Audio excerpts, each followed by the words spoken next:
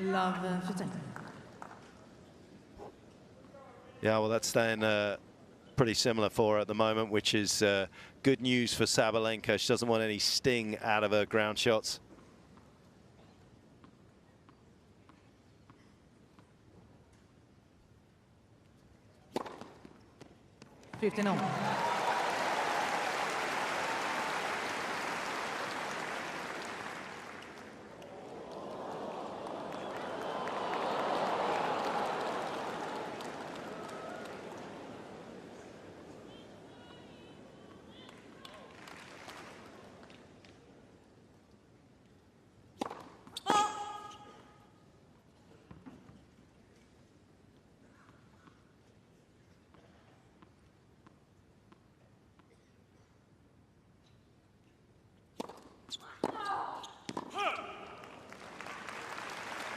Serving there does narrow the band of attack for Sabalenka with that two-hander on the due side, doesn't it? Yeah, it does. It does. She has a clear pattern in mind. She has a clear game plan. She's trying to get quickly into the forehand of Svitolina, get a short ball, and then go after it. It's very clear.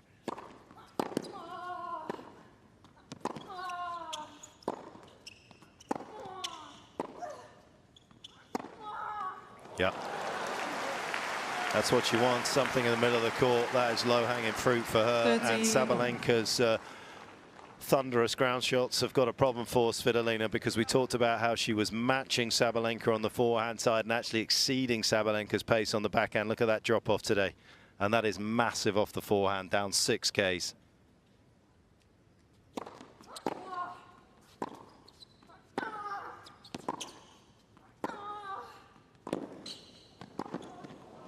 Yeah, that is so well executed. Again, you see the early change of direction off the backhand, inside out, off the return, into the forehand, the early backhand down the line. Here it is. She goes, changes the direction, and then she goes again down the line into the forehand, gets the short ball, takes it away. This is the perfect pattern against Elina Svitolina, and so far, Sabalenka has been able to execute it.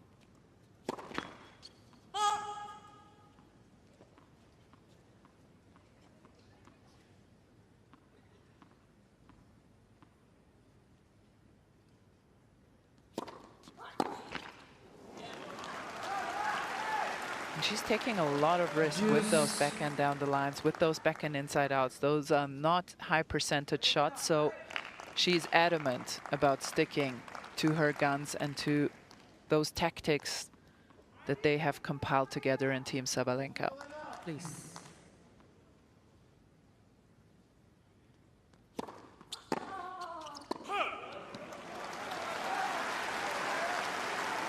Advantage, Svitolina.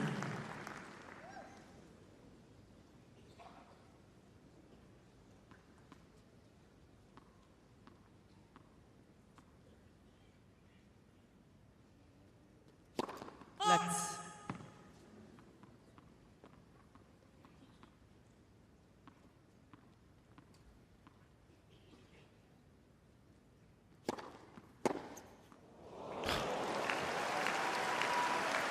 She is taking the ball ridiculously early. I mean, if I think to Svitolina's previous 2 matches, she looks like she has so much less time on the ball. The ball's just coming so much faster through the court right from the first strike. It feels like she's just trying to keep up with the pace in some of these rallies.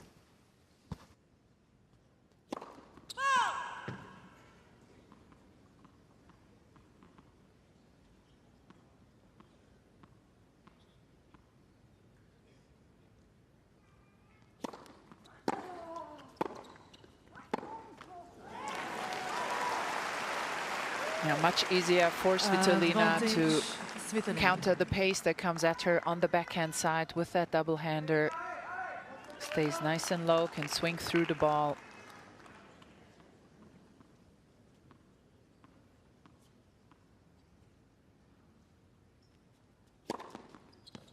Game, Svitolina.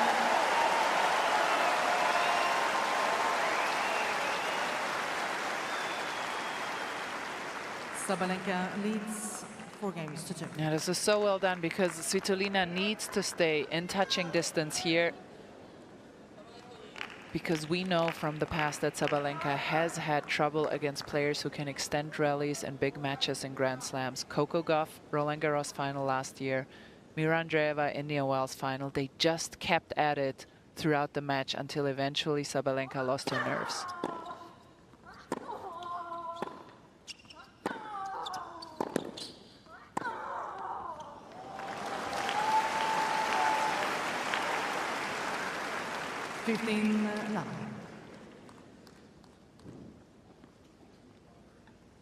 Shane Lianage, who looks after all her data. He was sitting in the front row of the white cap.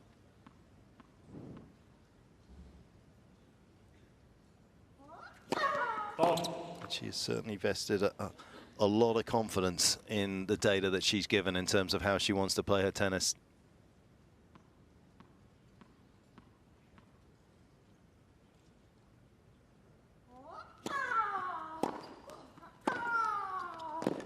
Yeah, it's not a bad return, and against most people it's pretty good. Against Sabalenka it's not good enough. It's just too short. She's striking the ball well, but it's too short. She almost needs to miss a few long, Svitolina does, to find that depth that pushes Sabalenka at least a couple of feet back behind the baseline. This is a well-hit return, just too short in the court.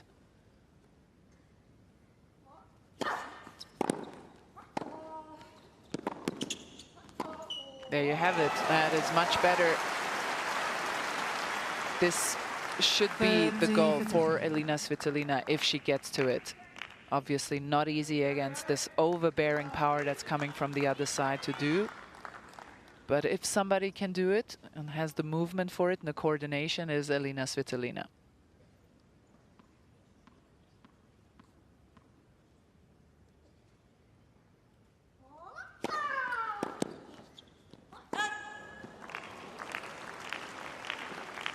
For 10.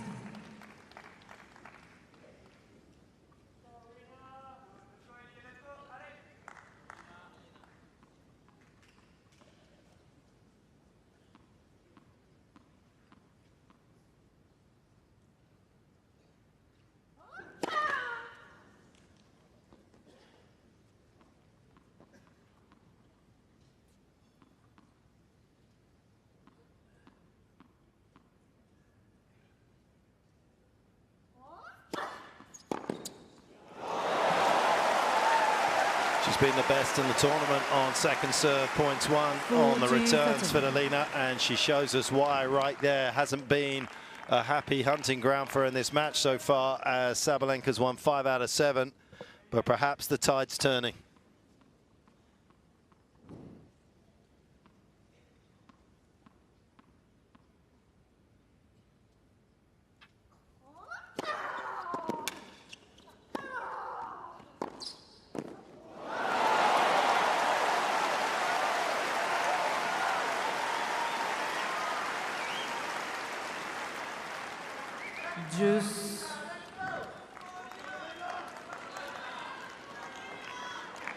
Just didn't keep the racket head that stable on that particular volley. And just wandered off the strings.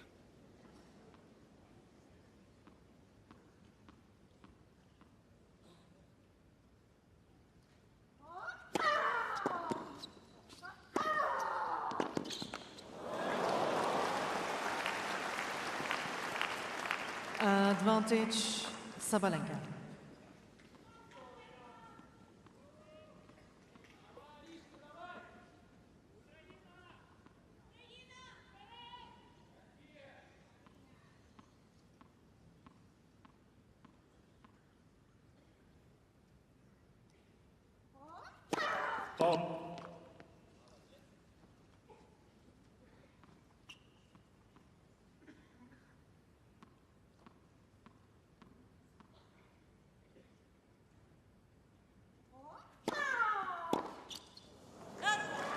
Game, Sabalenka. Not entirely sure what she's unhappy with Sabalenka as she proceeds to sit down just a game away from this opening set.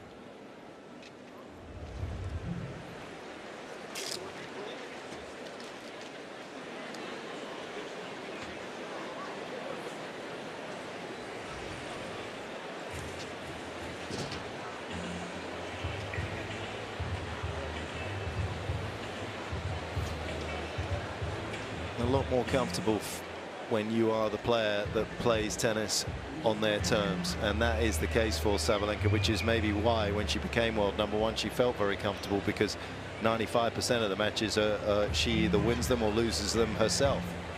And I think for her, you can see it in the last 2 matches, and you can see it today with the hindrance call. Where others see a threat, Aryna Sabalenka sees a challenge. When she played on Boko and Jovic, 2 young guns, where every favorite in the Grand Slam is scared of them, she played her best tennis. That's the difference. Try to be a little bit more accurate. Get it either away from the line, so it's going away from her. Feel everything's into her body. Let's go, come on. It's been a fabulous Australian Open. Just letting you hear what Andrew Bettles had to say to Svitolina. Everything's kind of going to get it away from her. I think he meant particularly on those serves.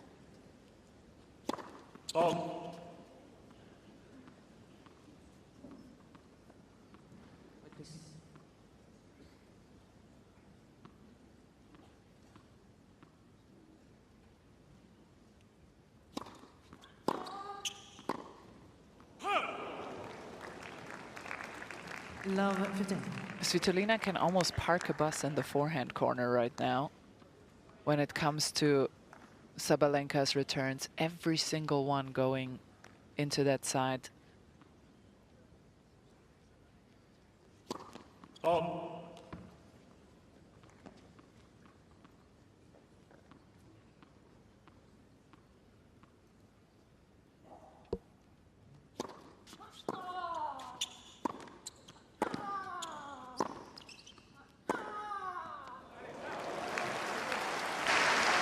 That was a good example right there. I was just watching Sabalenka's side in those first three rallies, and really she barely had to take only 1 step, so didn't really even need to move throughout the last couple points.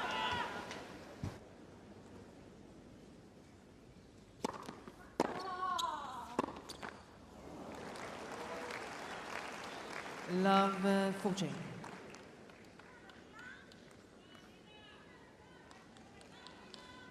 First set potentially that Svitolina is going to drop in this year's Australian Open. Triple set point.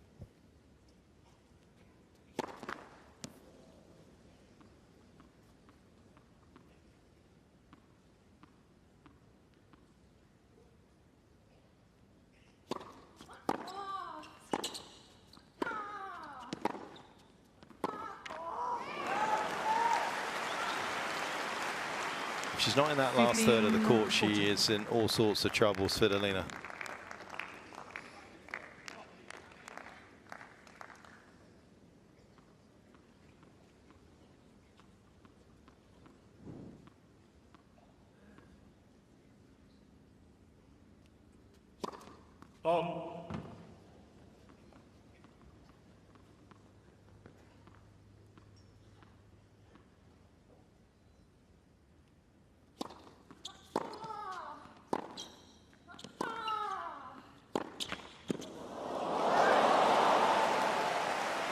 That will also help. Sometimes wraps over the top of the ball a little bit quickly. Svitolina on the forehand doesn't keep the strings on the ball for maybe as long as she can through the hit, and can be a little guilty of not getting enough elevation. You can see how quickly she kind of finished in and up and over that left hip of hers.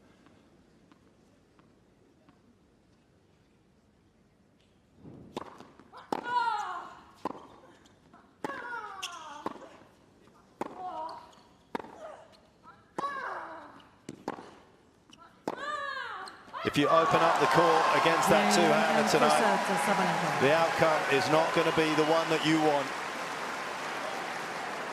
By 6 games to 2. 5th backhand winner to take the opening set. Sabalenka really just came in here with some of the best tennis we've been seeing from her.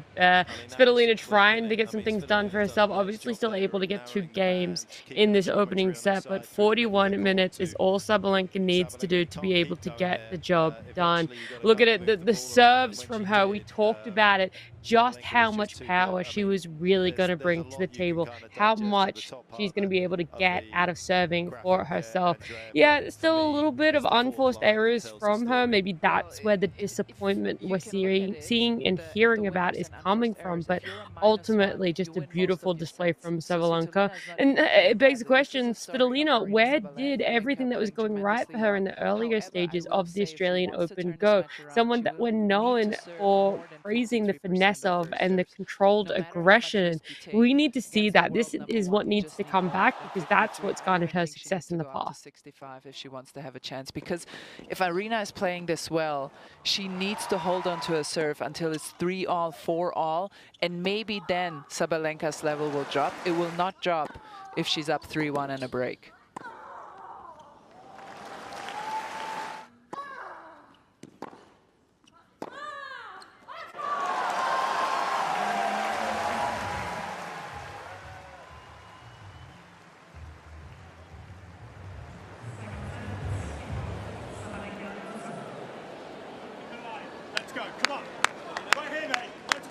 Gail, Andrew Bettles doing their best. What can Svitolina herself do?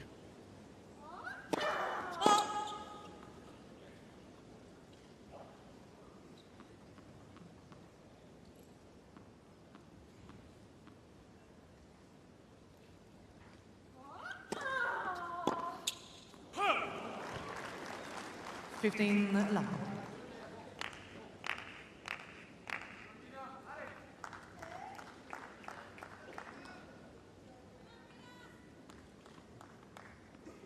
There's Wally Lewis, a rugby league player, legends off the court and on it.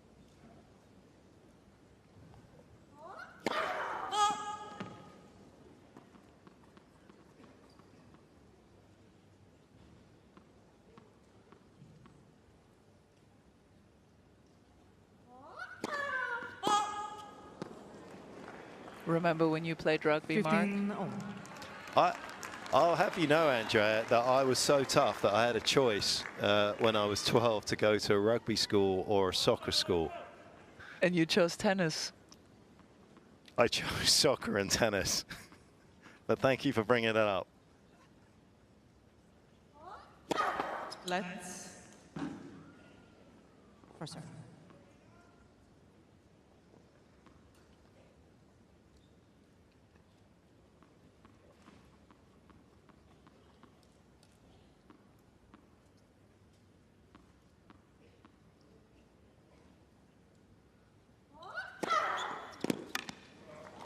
Svitolina thought that might just travel a little long, but it didn't. Stuck in the corner.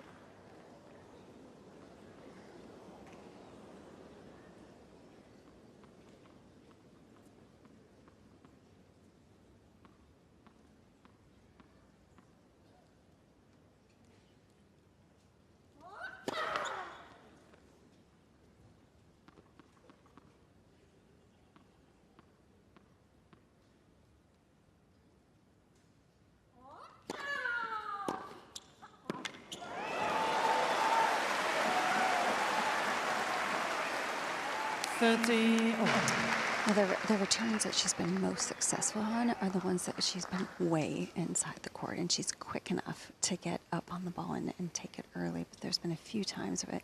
This is where she's been able to get Sabalenka on the defense. It's when she's been inside the court.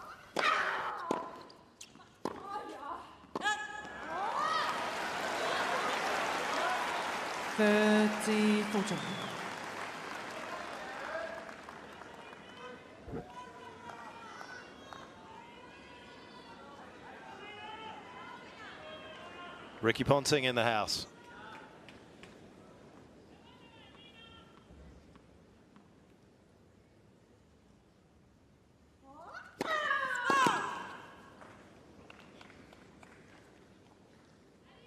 Please.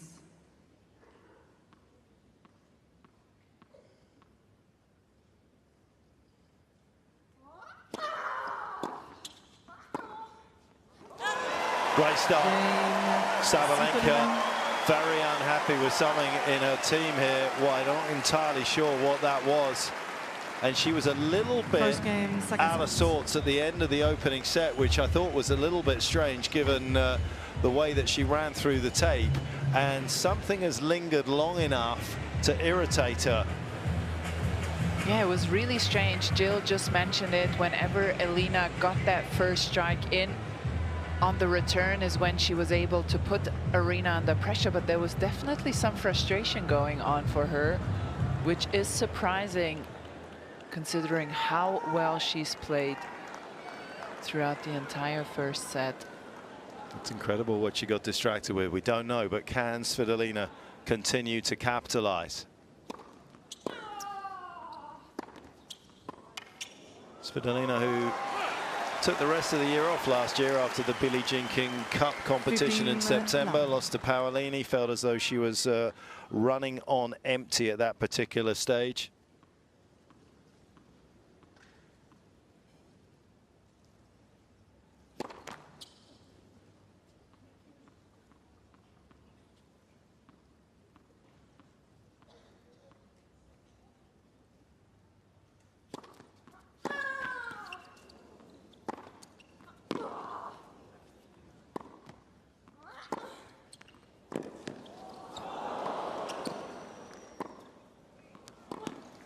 Turn it around, and she is turning things around. Well, that was a very different point from 30 Svitolina, because that's the first point that she's really gotten a lot more height on that forehand side, and it was so successful in her previous couple rounds when she could get that depth and height into the forehand corner.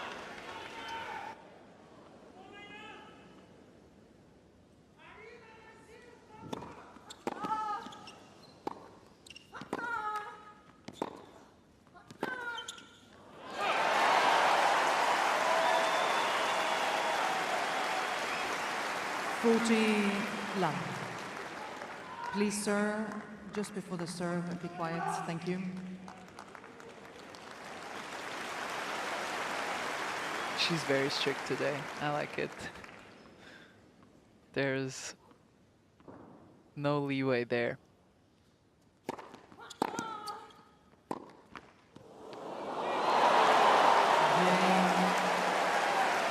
Svitolina. A little luck, but mostly great play from Elina Svitolina. She has dug her Svitolina leads. paws 2 games to into this match and throwing a few different things at Arina Sabalenka. A little bit more height.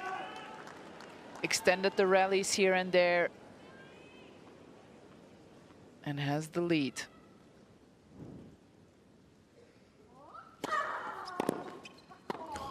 Oh, my goodness me, that is magnificent from both. 15 love.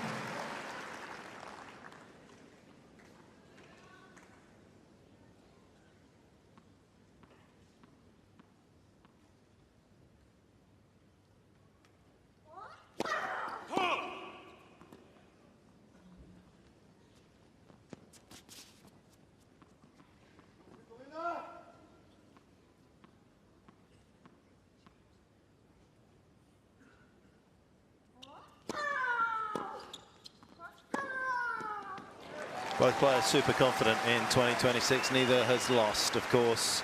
30 Sabalenka starting love. the season winning in Brisbane. Svitolina digging a few matches out over in Auckland, but backed up her husband's triumph from 12 months ago in that part of the world. First husband-wife duo to be able to do that.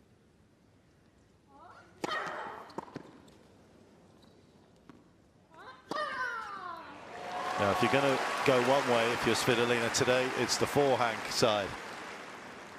40 love.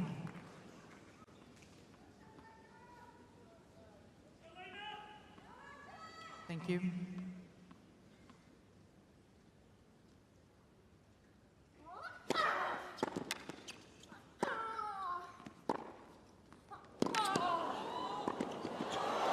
That's unfortunate.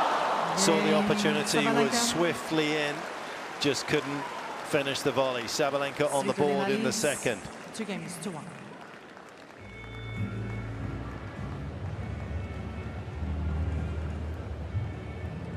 And it's interesting going back to that reaction from Sabalenka from the first game. I looked over at her team, and Anton Dubrov, all he did was just give a little smirk a couple times. And Sabalenka's been saying, look, my team knows me so well. So no one took it personally. They just kind of smirked. They know that's just kind of how she can handle things out in the court. That's part of her character. So just interesting response from the team.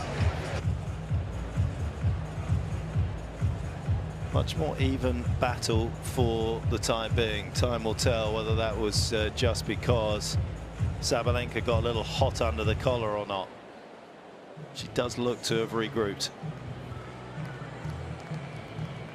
Time.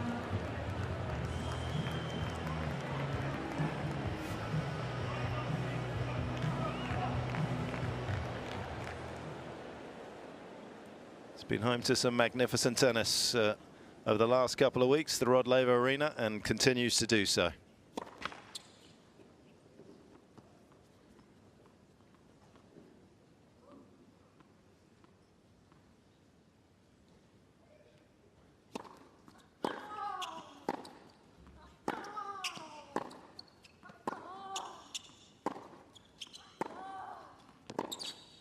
One thing we haven't touched on is the change of racket for Svitolina at the start of 2025, wasn't it? The diadem axis that she started playing with. She said that actually it was actually Gail's brother, Darryl, who said these are some great rackets that you should use.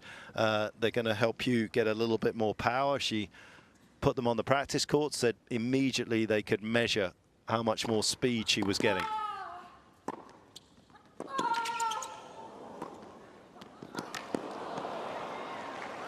It's not entirely dissimilar to the Babolat Aero in its design, the one that Alcaraz plays with. A lot of players have been doing that move in the last 15 months or so, except for Casper Ruud, who has chosen a racket that has more control. But other than him, every single player has changed frames to give them more power. That's where the modern tennis is moving towards.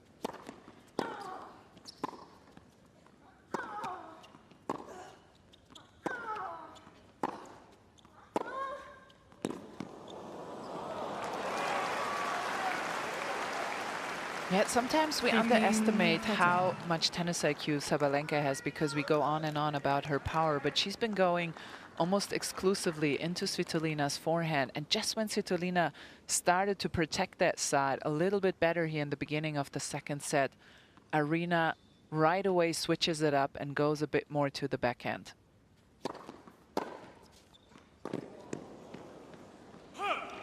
And the thing with that is it opens up the other wing again that Svitolina was protecting so well and gives you some leeway into both sides.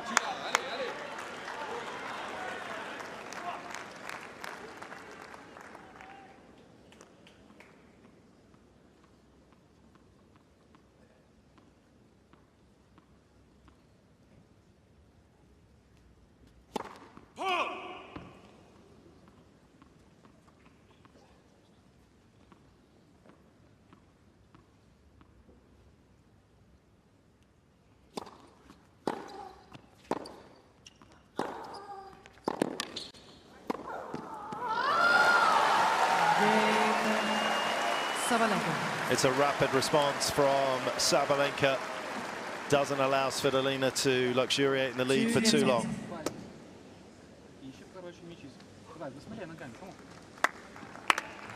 Big decision for Svitolina last year to pull up sticks. I know she'd done it in 23 and 24 after US Open, but that was because of the ankle injury, the cyst injury on the foot. But she said she was completely wiped out, needed a reset with her daughter and Gail ahead of this season.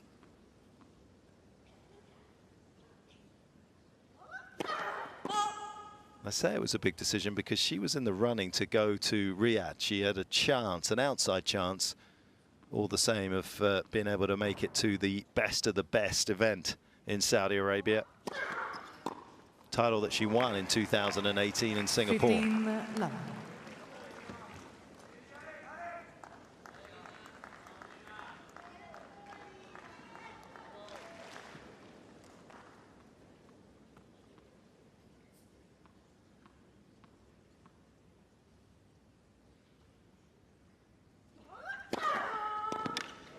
That is some angle. She's been serving those wide serves so 13. well all throughout the tournament. The first 2-3 matches, she couldn't quite find it, missed those a lot. But ever since playing Victoria and Boko, she all of a sudden found that wide, short one.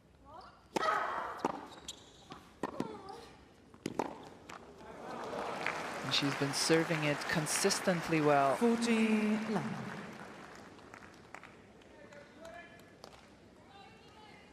So much of her success pivots off the serve and the forehand, but I've got to say I've been hugely impressed with how well she struck her two-hander tonight.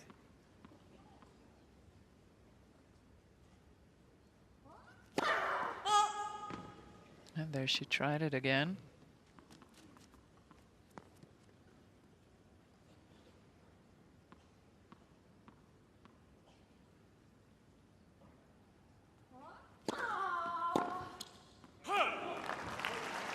Game. Right idea from Sabalenka. Svitolina off the return, looking for that depth once again, just couldn't quite Sabalenka execute it. leads 3-2.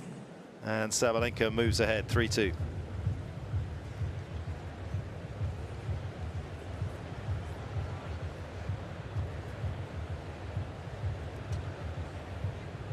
Jill, the last 3 games kind of in keeping with how we feel here, that if Sabalenka's playing well, it's kind of a 4th consecutive visit to the final in Melbourne. It's scary. I mean, I'm sitting next to Barbara Schett. We were just talking about that, how powerful she just upped everything those last couple games. I mean, it's unbelievable the way she can strike the ball. And I mean, Svitolina, I think the reason I think the pace has dropped a little bit off the ground is because she's trying so hard and pressing so hard. And you both know when you try harder, sometimes you have less pace on your shot. But that's how much she feels like she has to press, because as soon as she takes anything off the ball, Sabalenka's on it.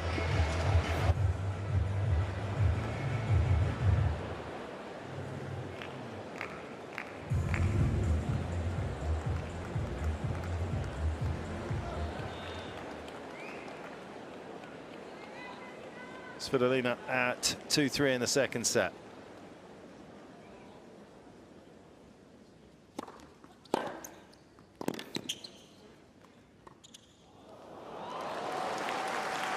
Coming from such a kind of high swing plane, she does a really good job, I think, of deceiving opponents with the drop shot. Yeah, she does, and that is not easy. She has to change grips and then get under the ball from that big backswing.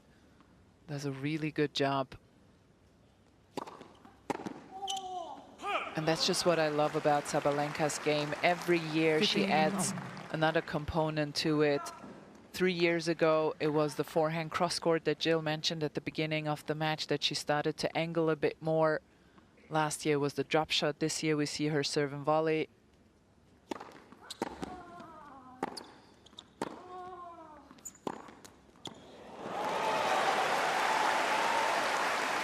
Both feet off the ground, absolutely unloaded into that forehand, Svitolina.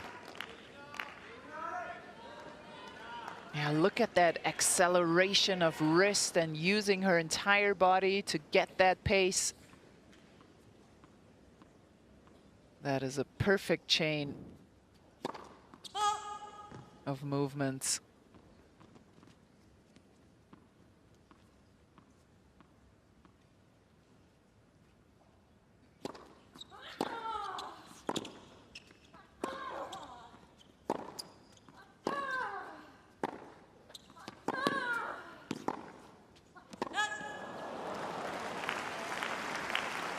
No safe zone.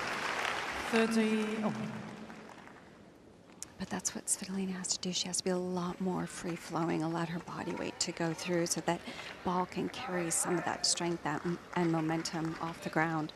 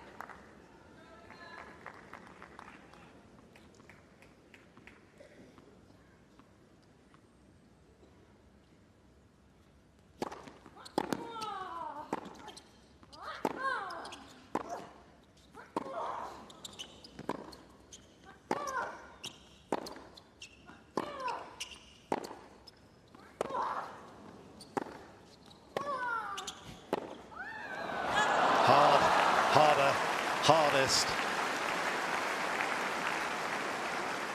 Juice. A little nitroglycerine in there from both players at times, but trying to hit through big targets towards the end of this rally. Yes, Svitolina had the upper hand there, but you could see how far she's back behind the baseline. Just didn't take advantage of those shorter balls that Sabalenka gave her. And then eventually just did a little too much.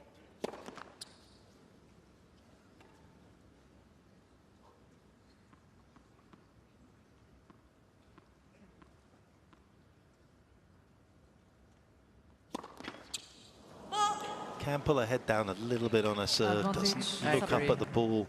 Yeah. And keep watching the ball for a fraction of a second off the strings. We are right on the left behind Elina Svitolina, and you can really see when the head goes down too quickly.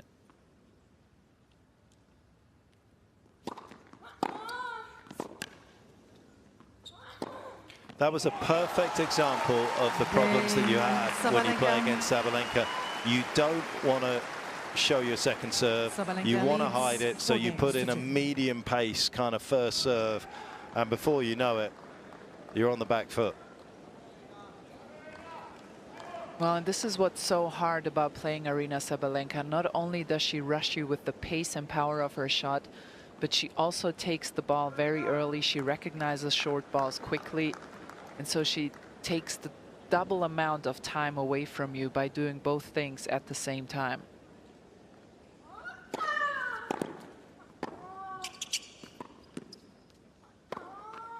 That's actually working nicely, isn't it? A little floated kind of slice Laver backhand, Arena. taking the pace off the ball.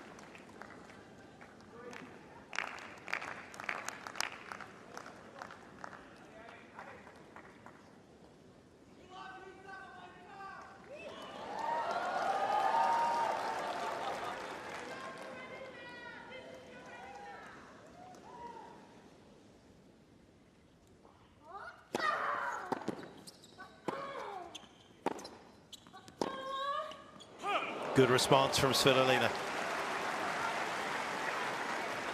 Love 13.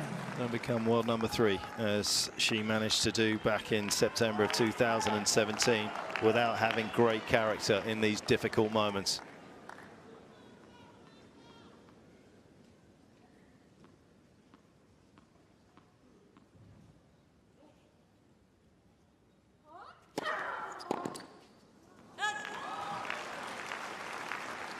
Fifteen 13.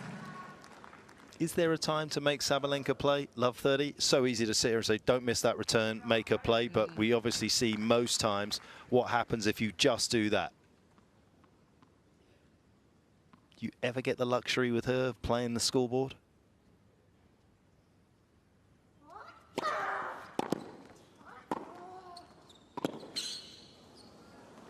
But I do think that that's one thing that she has improved tremendously. I'm 30. speaking about Sabalenka, that she is much better in playing point by point. If you think about Sabalenka 3-4 years ago, even when she was already top 5, she would sort of wander away with her thoughts for sometimes a game or two. She rarely ever does that. She did it a little bit at the beginning of this set, but riled it in real quick.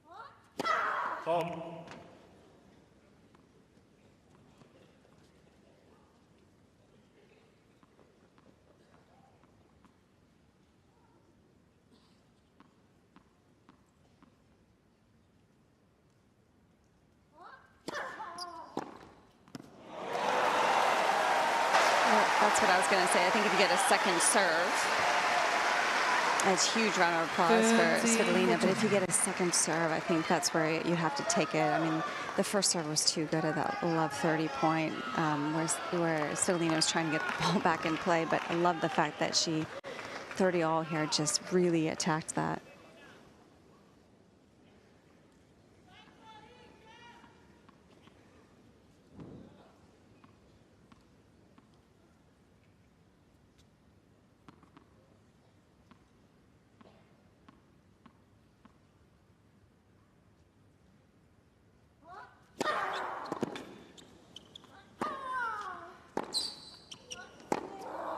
Oh, that sums her up.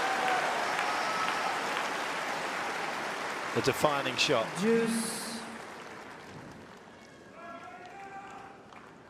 Can't argue the effort, you can't argue the skill from Svitolina to stay in this rally. But you cannot defend against that firepower and accuracy.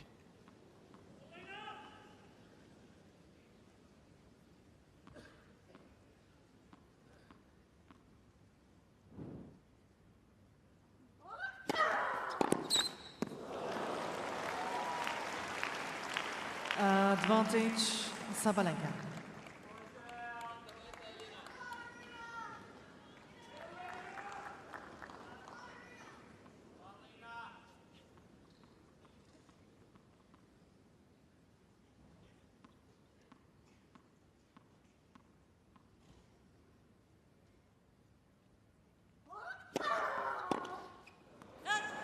Once again, Game, tested, Sabalenka. but once again survives and shines. 5-2, second Sabalenka set. leads 5 games to 2.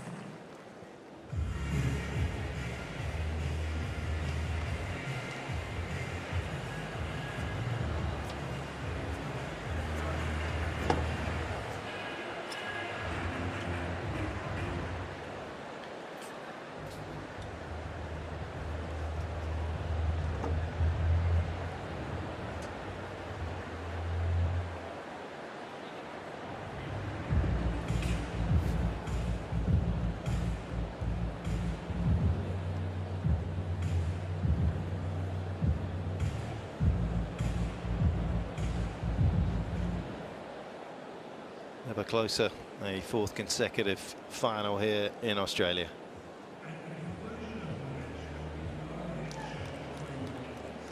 Time.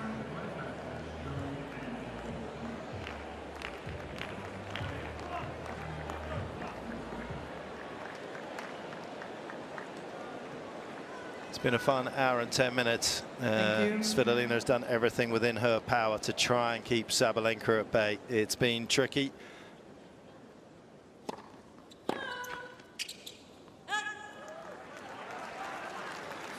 Top seed coming in here, having not dropped a set. Last couple of top seeds that have been able to do that. Serena Williams in 2016 went on to win the title, beat Sharapova. And Ash Barty, of course, in 2022. Good omens for Sabalenka.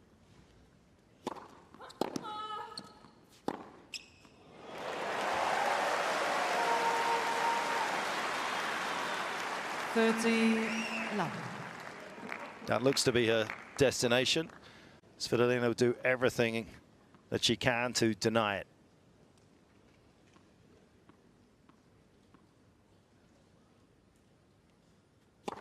Oh.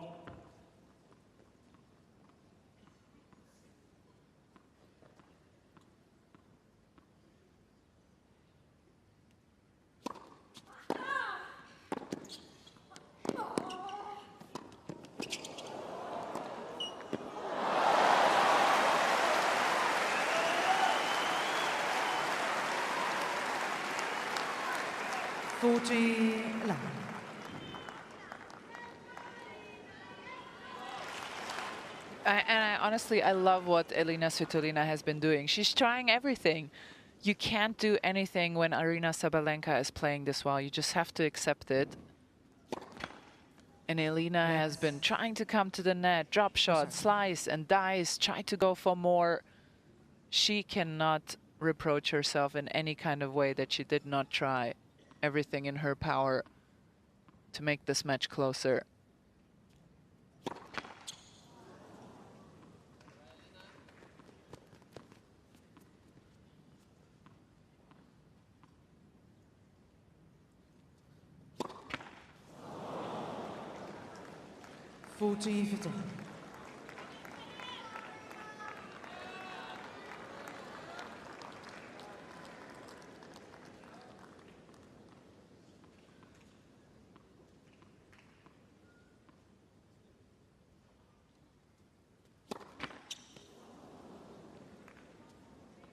Please.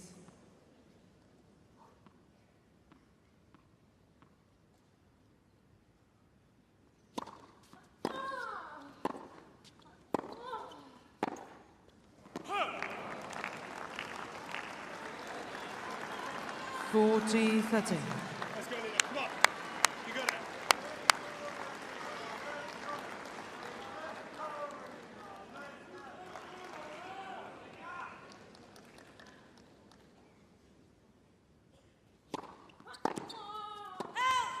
Game, Svitolina.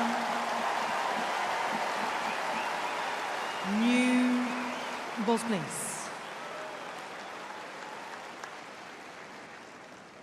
Sabalenka leads. Very in keeping 4 with games to what 3. Svitolina has done tonight, that she manages to get through that particular service game. But now comes the harder part. Fourth semi for Svitolina was to Halep at Wimbledon in 2019. US Open went down to the one and only Serena Williams, and then a terrific run, having come back from being a mum in 2023 at Wimbledon. Lost to Vondrousova.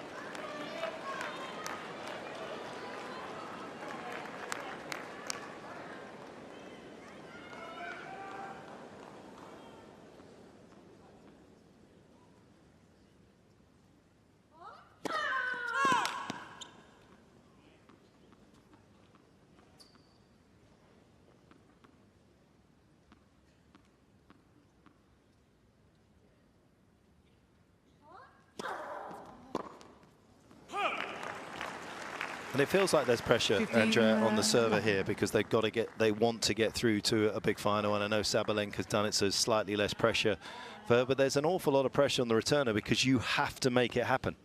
You have to land it perfectly, and yet you've still got to take risk if you're in Svitolina's shoes tonight.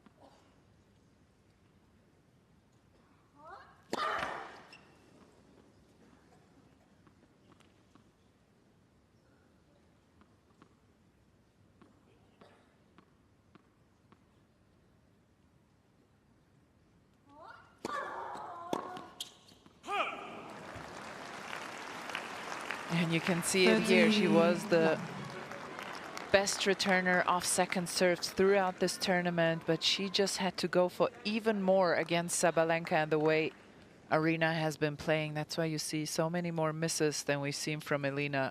So difficult with new balls as well of the return, I think.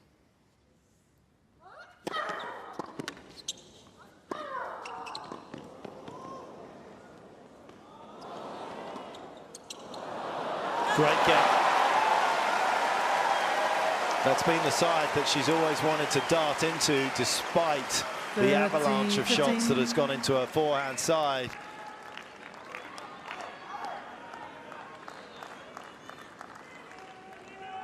So we see the two other semi-finalists limbering up.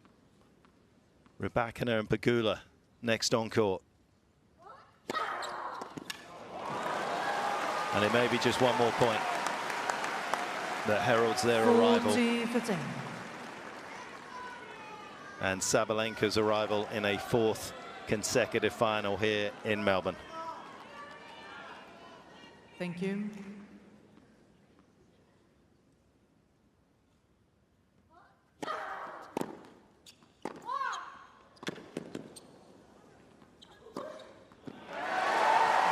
So impressive from the world number one.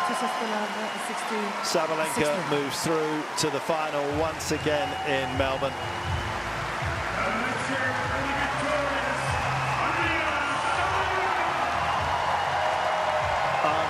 Unstoppable tonight.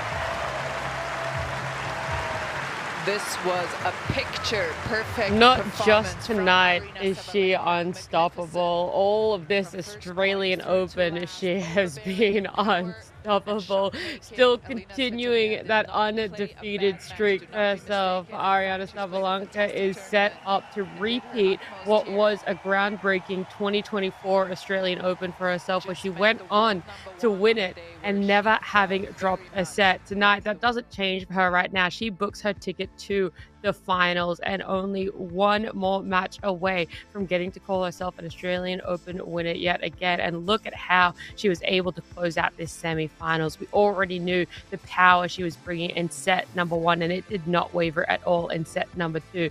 Svitolina definitely brought a little bit more to the table for herself. We could see a few more things clicking for her, but unfortunately, when you come up against world number one, you can't take that time to let it all click into place. You're just going to have to make it work. And so Sabalenka, again, just an outstanding performance. And now the only real question we have is who is going to be there to face her in that finals of the Australian Open? Well, it is either going to be Jessica Pegula there, our 6th seed, or Elena Rybakina, our 5th seed, who are going to be playing in just a short moment. They're scheduled to come out onto Rod Laver Arena in a moment.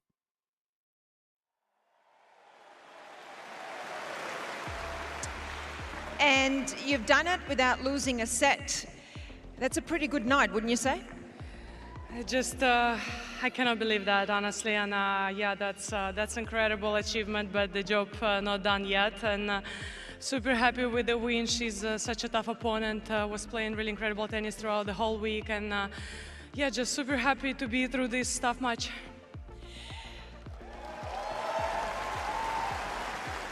She's played great tennis. She's back in the top 10 as well. She beat 2 top 10 opponents on the way to the semi-finals, but it looked like you really wanted to be aggressive tonight. It's always how you play, but you really were right on top of the baseline. Was that the plan?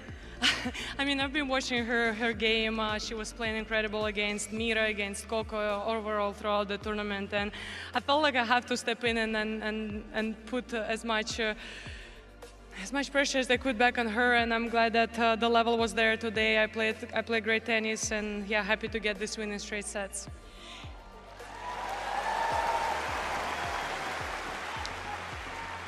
You have 4 Grand Slam titles to your name, your 75th week as world #1 this week. I mentioned the 4 consecutive finals here. You are only the 2nd woman ever to do it here in Melbourne Park. Martina Hingis was the other one, and that was almost 30 years ago.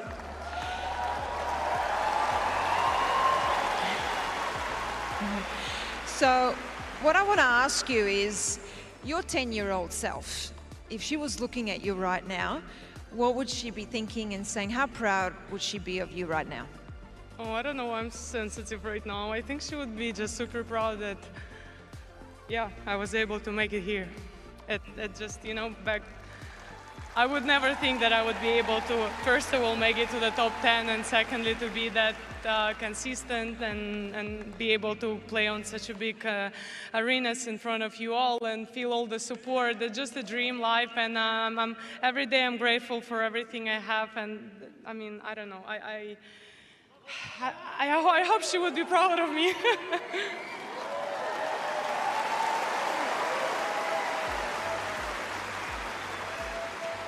I think she would be extremely proud of you, and so would a lot of other people that are close to you. A little bit lighter now, just let's let it go. One last one, recovery now. You've got 2 days. I know you said recently you really like to, 2 days? Yes. You should know when the final is. It's your 4th one. It's Saturday, right? It's 1 day. 48 hours. Okay. 2 days, yeah. I'm glad we cleared that up. I got confused for a second. I know you love to just really decompress after matches, and you said you like to watch some movies on your iPad, but also go out for dinner. So what does your recovery and that day off tomorrow, what does that look like? Well, since I'm on the season 2 of Homeland, I guess that's the plan for me and my boyfriend to finish at least the season 2, because it's been forever since we started watching that, and we're only on season 2. So I guess it's Netflix. I mean, first of all, a little bit of a heat, and then Netflix, and then maybe dinner with the team, and then I'm ready to go. Well, enjoy that. We're ready to watch you on Saturday. Well done, Aryna Sabalenka, through another Australian Open final.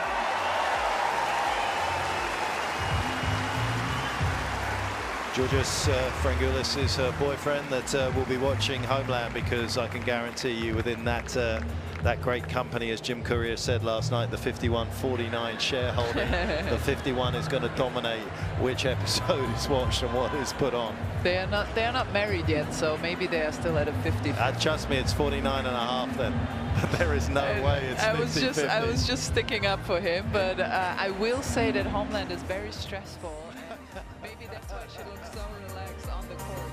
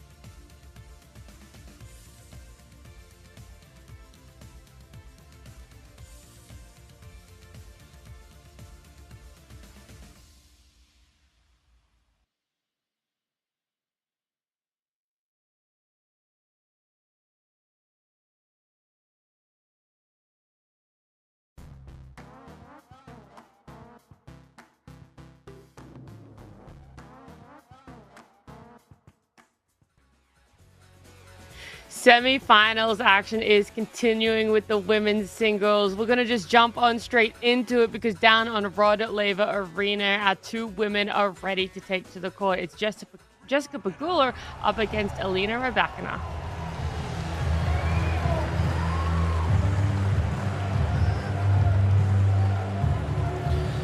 Well, the stage is set where the winner of this second women's semi-finals will have an opportunity to take on Sabalenka, who was absolutely stunning. We're going to be having that coin toss in just a moment, and we're looking towards what's going to happen here. We already know that they'll be going up against Arena Sabalenka in that grand finals. Whether you want to call it 2 days time, 1 day, 48 hours, whatever time frame you want to call it in there, it's going to be a close one either way for that fight to the finals between Pegula and Rybakina. Their head-to-head is intense. Right now, they've come up against each other competitively 6 times, 3 wins each. I really don't think it gets any closer than that, especially when you factor in the world rankings at the moment, the places that they've been seeded here as well, respectively 6th and 5th seed. So they're so close in the seeding, so close in the world ranking, so close in their head-to-heads against each other.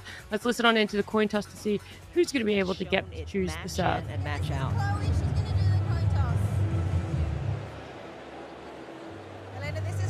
She's going to do the coin toss this evening.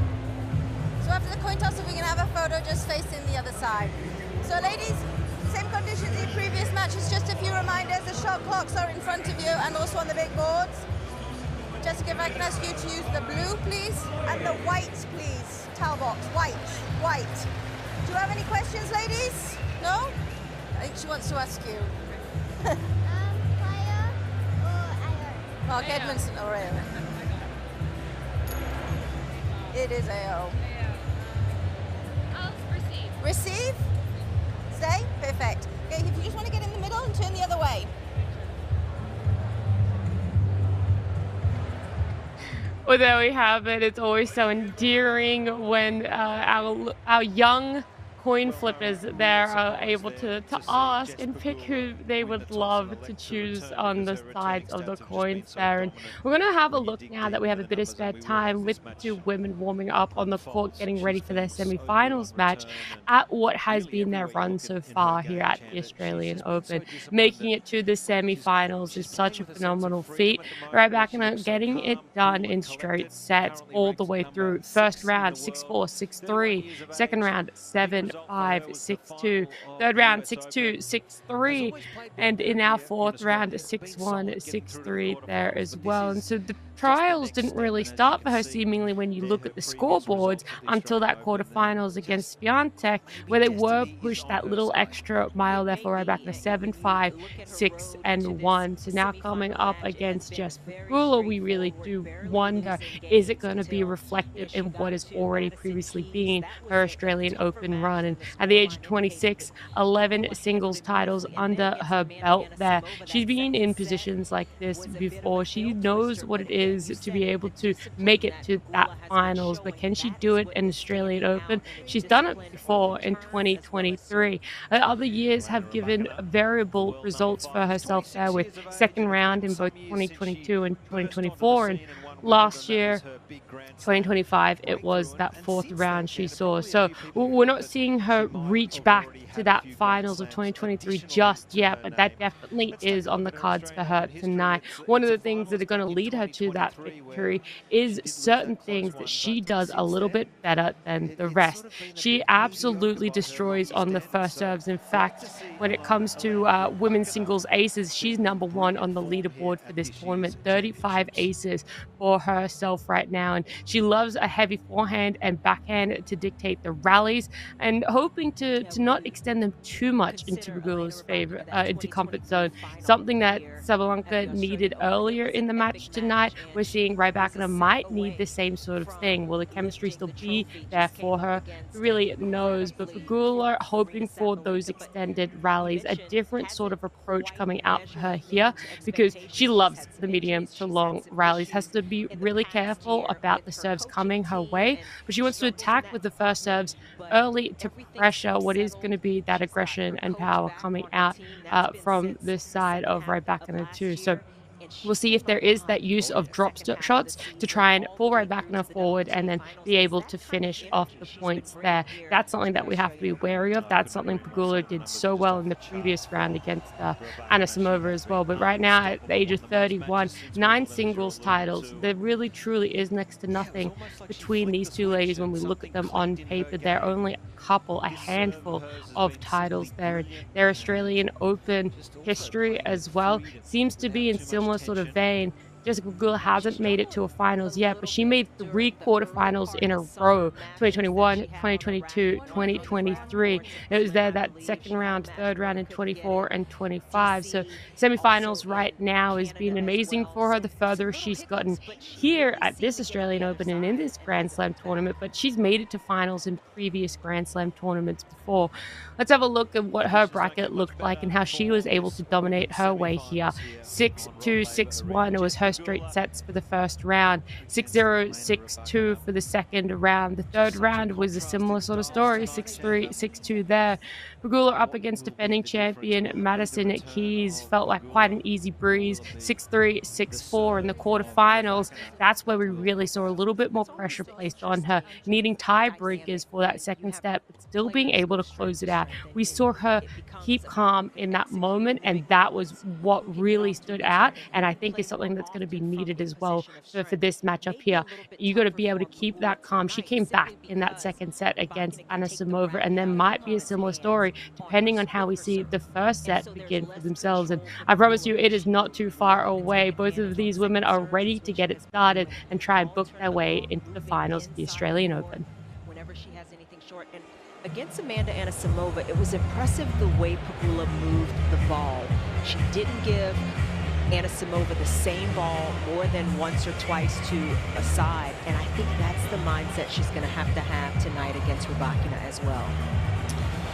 All right, we might take this opportunity just to check in with our courtside commentator, Nicole Pratt. Nicole, a very good evening to you on what is a very, very pumped up night here on Rod Laver Arena. Oh, absolutely. The crowd's very much looking forward to this one, and it really is an exciting contest. The conditions are optimal for serving, and we've got 2 servers out here that have been dominant throughout the tournament, looking to target serve.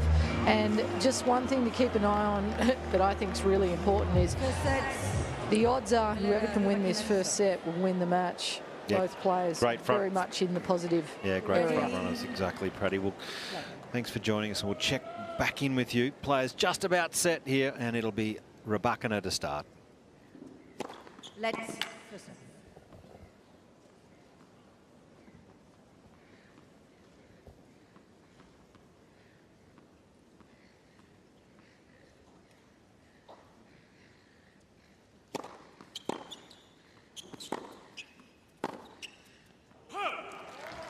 Chanda, how different is it, the fact that Pegula's played every match in the day? It is a difference, and it's something Jess Pegula made a point to try to adjust yesterday after her quarterfinal match. She went out later in the evening, had a hit at about 8:30 p.m. local time, just so she could get more used to conditions that could be a little slower because it's a little cooler, and also just get used to how the ball will look and how the setting will look under the lights.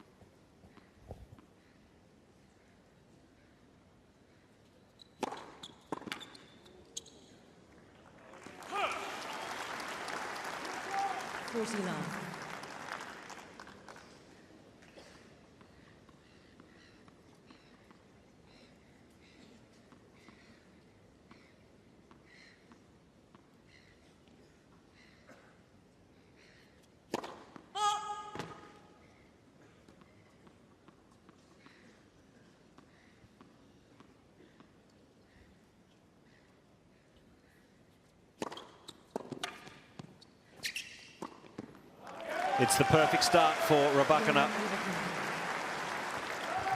And just been so impressive. Elena has won her last 8 consecutive matches over top 10 players.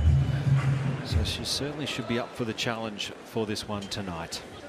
And when we talk about how both players have been serving well, it's been a bit different serving for Rybakina.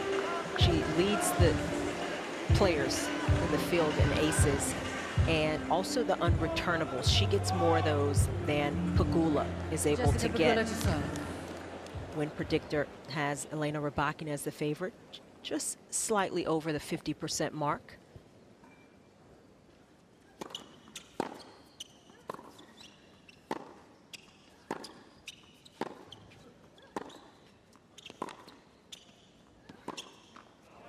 And that's going to be the test of Pegula's serve, because she has to work her points. She doesn't get as many unreturned serves. Those balls are coming back, and she's just been so good from the ground. Can she hold her ground against a ball striker like Rybakina if she's playing well?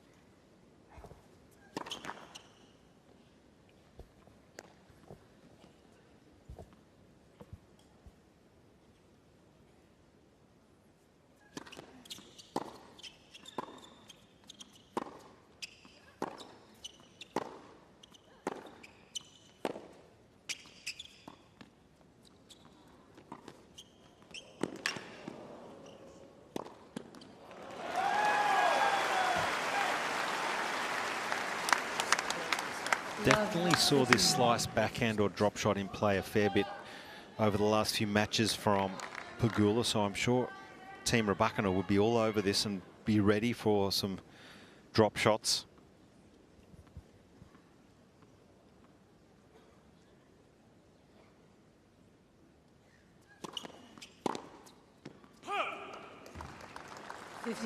There's a lot of data that coaches have access to, and of course this is a well-known opponent. They have played 6 times previously. Stefano Vukov, Elena Rybakina's coach. Stanislav Komarski there on the right as well, added to the Rybakina team.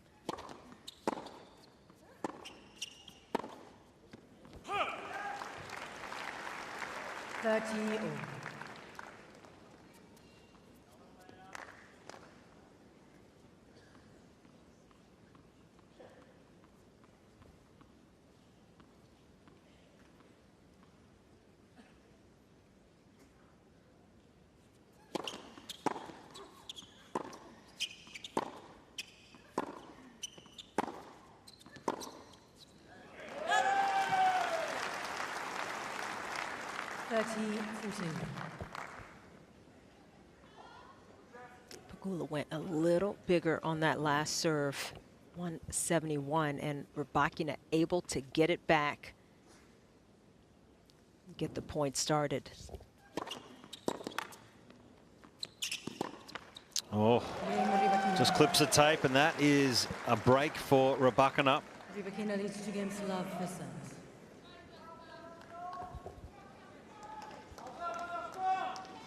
That's part of the challenge for Pegula in terms of the serving. The ball is going to be back on her more often.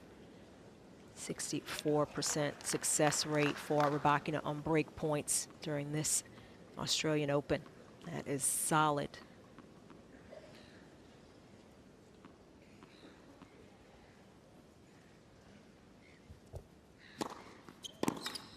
It's a remarkable stat, the fact that Rybakina has hit only 3 body serves this whole tournament. So clearly hitting her spots, her targets, but the fact that she's hit 3 body serves, I find that just phenomenal. Well, she's going wide. She's looking to open up the court, create something. Those are her go-to serves on both sides.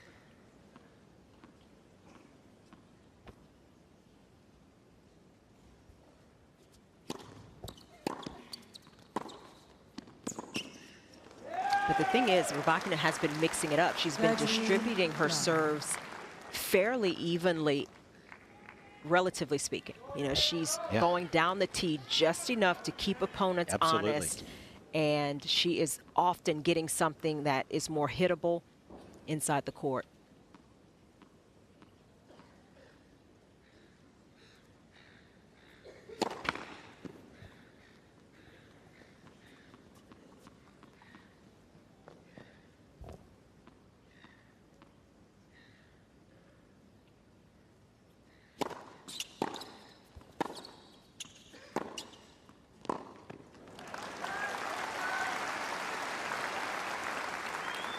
30-15.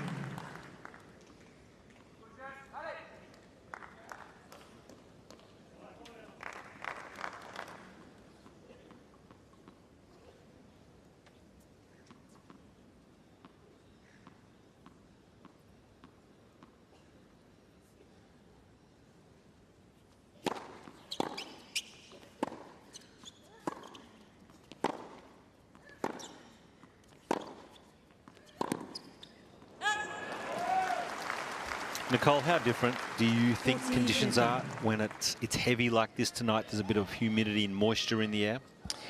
Well, for sure, the players have to adapt. But what I'm seeing out here tonight is we know that Pegula got off to an absolute flyer against Anisimova. And tonight, I'm just seeing her a little sluggish with her feet, not as sharp within her movement. Let's.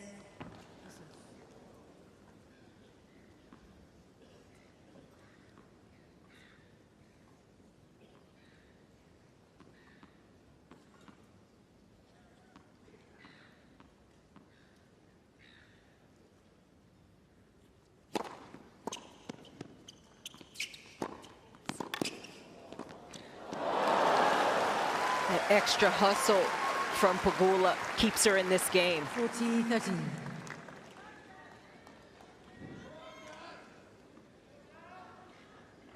Anticipation from Pegula, and that could pay dividends, that willingness to get going, track those balls down.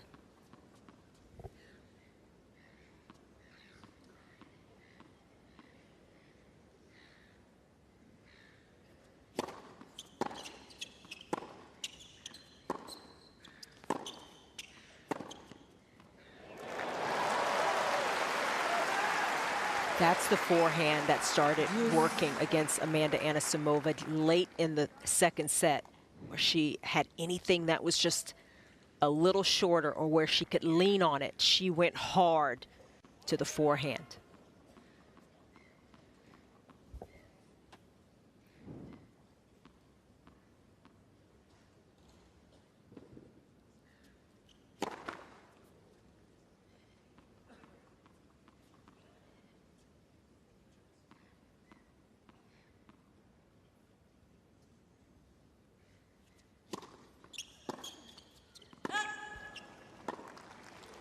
Advantage, Rybakina.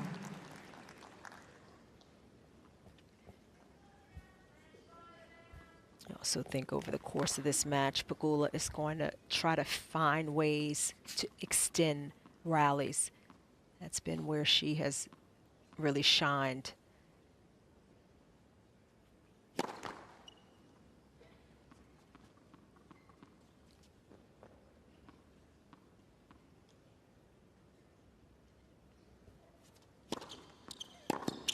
Game, Rybakina. It's such a good start here for Rybakina leads 3 games to love for set. It's a fast start, 3-love first set.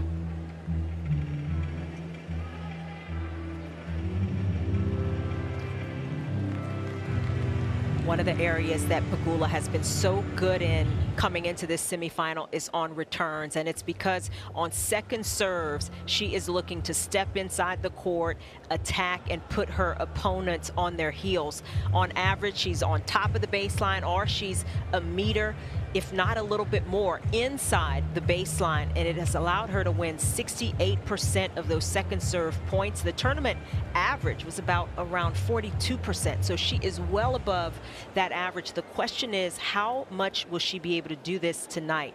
Will she get enough second serves? And with the kick capabilities of Rybakina, it's going to be a bit harder for her to attack as consistently.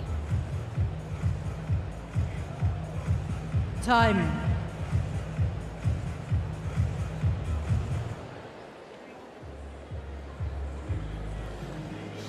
You're getting a bird's eye view there. That is the player dining area. It's 2 levels where you can get all different types of food, and no doubt the players are very well looked after here at the Australian Open. On the court here, inside Rod Laver Arena, it has been a flawless start from Rybakina. Thank you, players ready. 3-love.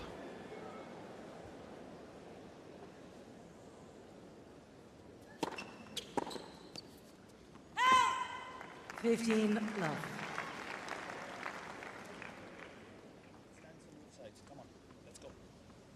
Krótki zamach.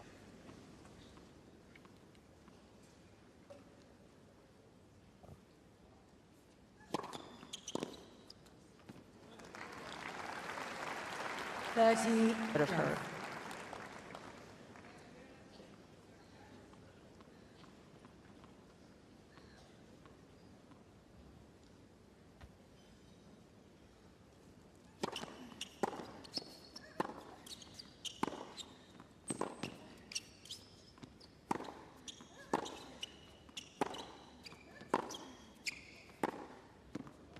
Now that's a thing of beauty. I mean, Pegula's got to move the ball in some of these instances, but Rybakina, when she gets a little bit of space and a little bit of angle, she can create additional angle of her own, and that's what she was able to do there.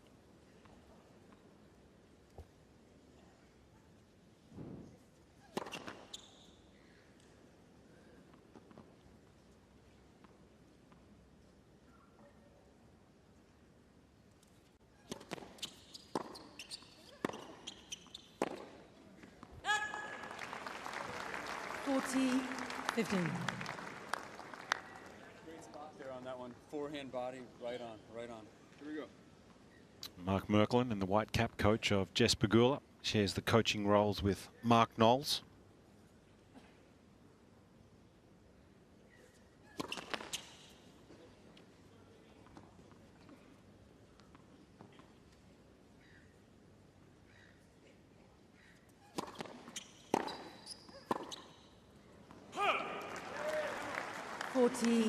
Backhand a bit more and expect a forehand side. Give her the space. Come on.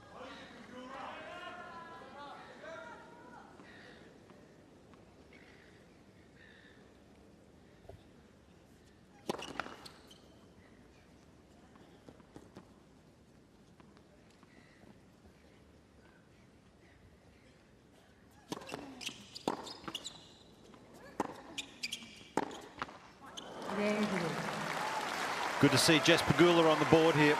That'll certainly settle the nerves a little bit in this huge match. You step back. If you don't have that kind of time, you have to shift and pummel that ball. Like, you can do it, right? And then also on your serve, you're like hitting these hybrids as first. It's too heavy for that. You gotta use your strong, powerful cut if you're gonna do that. Or go for your first serve. Come on. You got it. Come on now. Yeah, a little bit of advice from Mark Merklin, and alluding to the heavier conditions in the evening, where it slows up, it's cooler.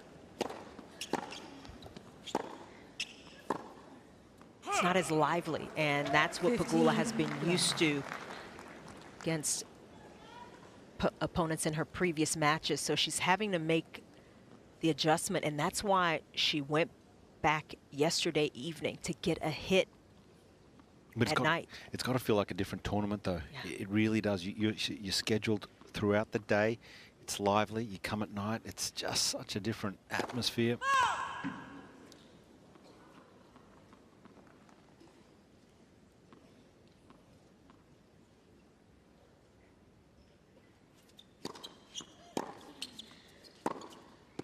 But that's going to be a valuable serve for Rybakina, because Pegula, she's been used to stepping in. She tried it again there, but the kick from Rybakina just got a bit out of her strike zone, and she couldn't get a lot behind the return. It allowed Rybakina then to step in.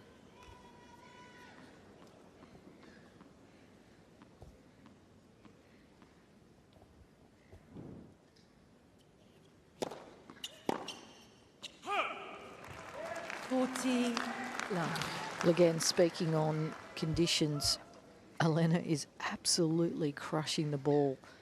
The fact that it's a little colder, a little heavier, that does not bother her, versus Pegula likes the lighter conditions.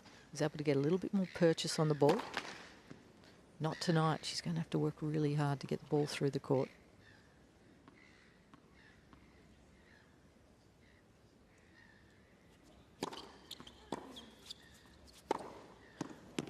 Oh, just playing with so much confidence tonight. Elena Rybakina off to a flyer. She leads 4-1 in this first set. Sorry, can I get the banana, please? Yep. can see she's a player who's got a lot of matches under her belt at the moment, Rybakina, who is seeing the ball so well and not thinking. It's just see the ball and let it rip. Yeah, I mean, it's been a brilliant start, and you know, Rybakina is still playing very much within herself.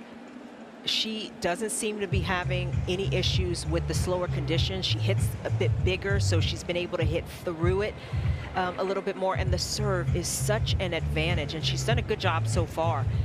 Just over 50%, just under 60% of first serves made, but she is winning the majority of the points behind her serve, first and second, Time. and that has been huge.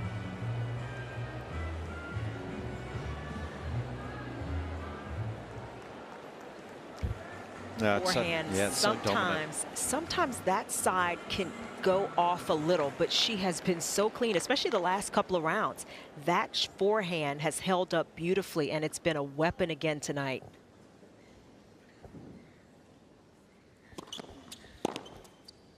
I think it's still the side that Pegula's going to test a bit more. I mean, the backhand is from Rybakina is so stable, and she can do so much with that side. But Pegula's going to have to keep trying to pick.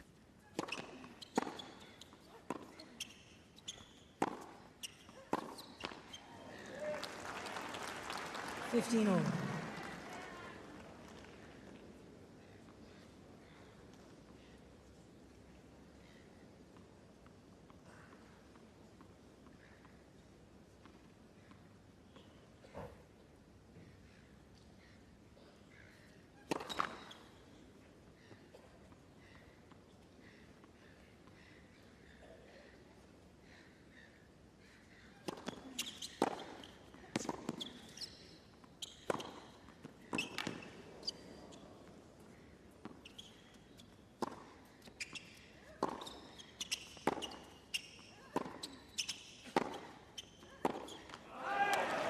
You could see it, Pegula, the frustration. She was trying to step in and really lean on the forehand, but she just couldn't get in position quickly enough. And so it didn't quite have the sting, the bite behind it. And it was Rybakina able to add some pace.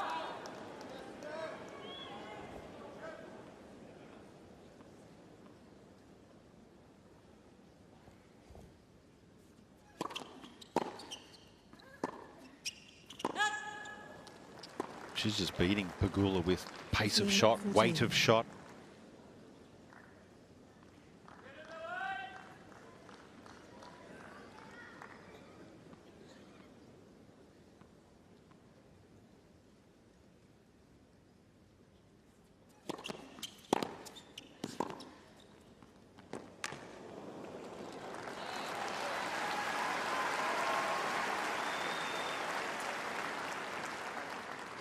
Well, we know pace of shot is important, but equally where the placement is at. And Rybakina, she's doing a terrific job of dominating the patterns of play with her forehand cross-court. 66% of those shots are going there in the rally situation.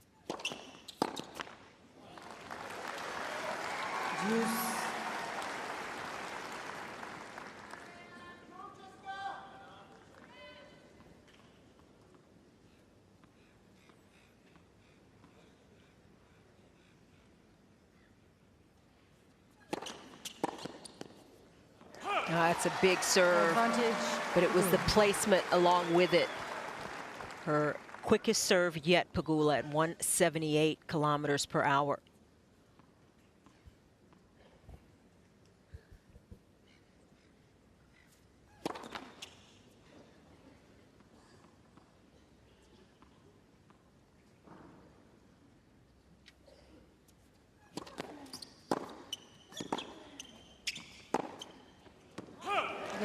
Oh, it's a good fight there from Pegula. Saving break points and still down a break though, and just maybe that might settle the nerves here for Pegula. She just looked a little under pressure, a little stressed at the start of this match. When she looked a little discouraged, and I think holding serve that way, coming from a 15-40 deficit, maybe just gives her a little bit of a boost that hope is always there, and she just needs to keep fighting. It's one of the things that Pegula does so well. She doesn't emote a lot, but she digs in and she can compete beautifully.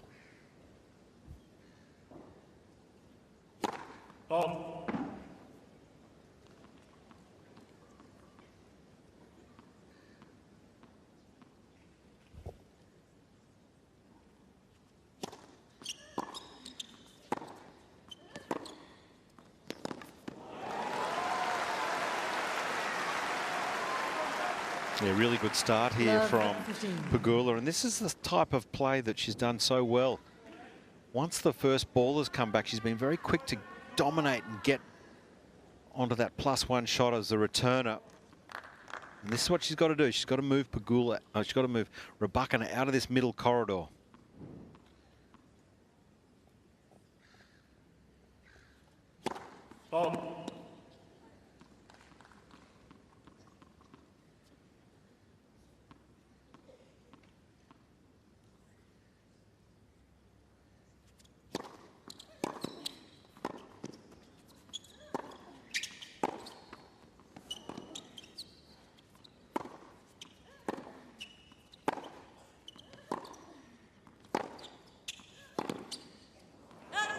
That's good hitting, though, from Rybakina. 15 all. Confident ball striking, and she is going after it. Continuing to keep the speed up through the contact point, and that has resulted in some fantastic forehands in that rally.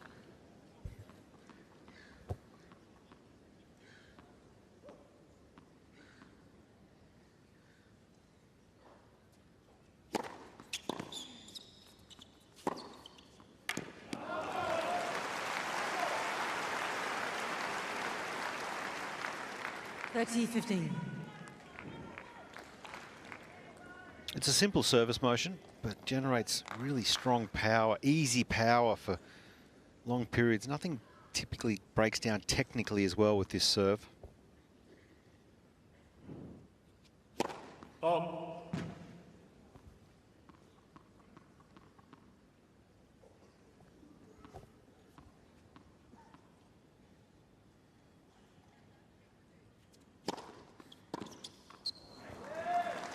She actually hasn't hit her first serve consistently as well yet, Rybakina. She's at 50% of first serves made, but it's the effectiveness behind the serve. And when she does go to a second serve, it's with kick, it's jumping up on the court. And that has also been giving Pegula problems. Let's.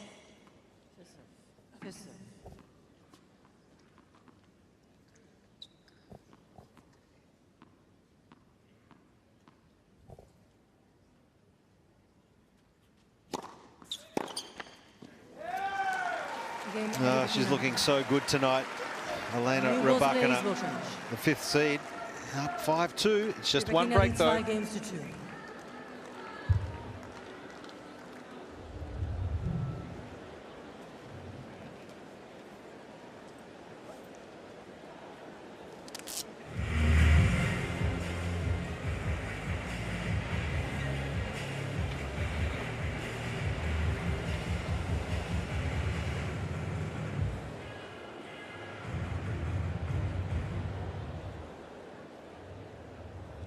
Pegula did an excellent job of holding in that last service game, down 15-40.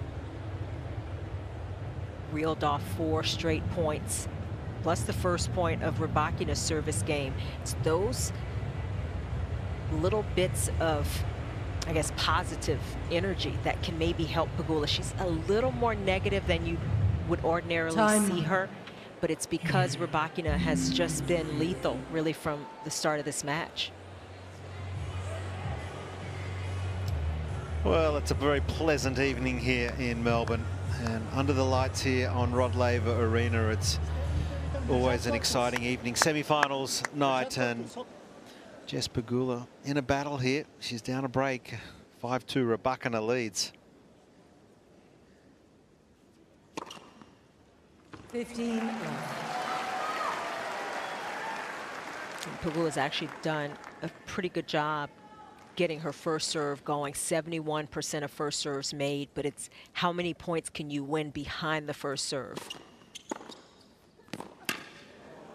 And that was part of what her coach, Mark Merklin, was telling her a couple of games ago, that she's got to go after the serve a bit more, try to hit through the slower conditions.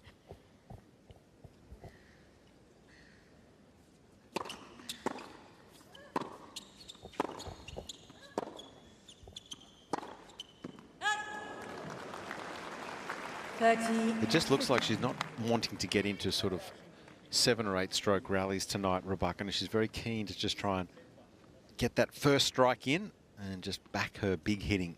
Well, her average rally length has been about 3 shots, Rebecca. I mean, that's her MO. To try to get ahead, get on top of these points early. Pegula has been more accustomed to extending points slightly, not by much more, but just a little bit more, maybe 1 or 2 additional shots. But tonight, Rebecca, sometimes it's just a couple of shots, and she's got control of the point. Oh.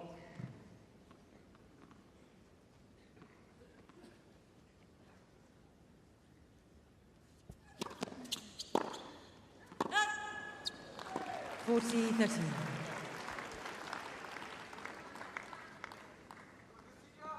That was good. Very small out. Great job, but you're doing good. Great job.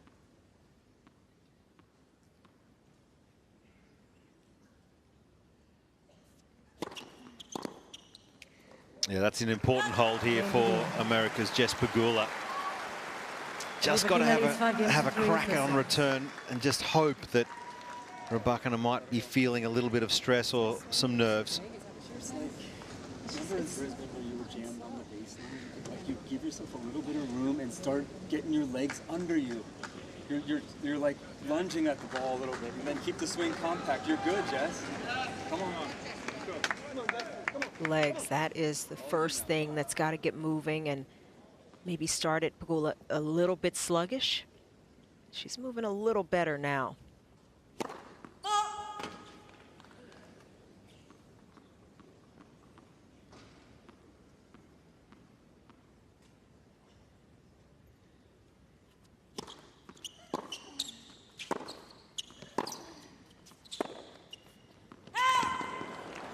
But you hear it's all positive from Mark Merklin, and just putting it on her mind to keep the legs, think legs first in these rallies. And you know, she is doing a pretty good job. It is not maybe as bad as it seemed because she got down 3-love. It seems like a bigger deficit than it really was. She's still very much in this set.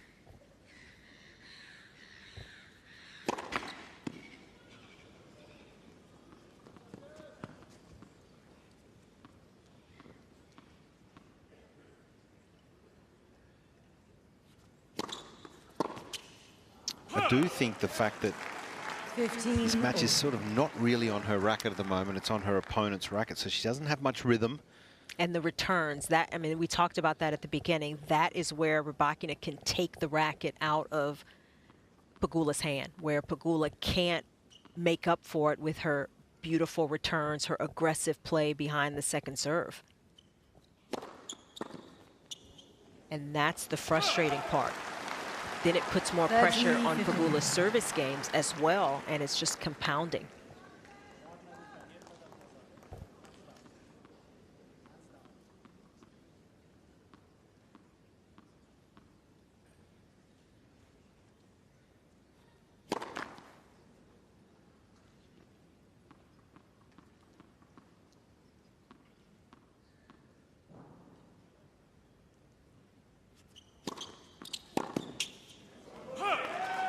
The kick serve is giving Pegula fits right now. And oftentimes you've got a couple of options. Move even further in or step back. All right, a couple of set points here for Rybakina.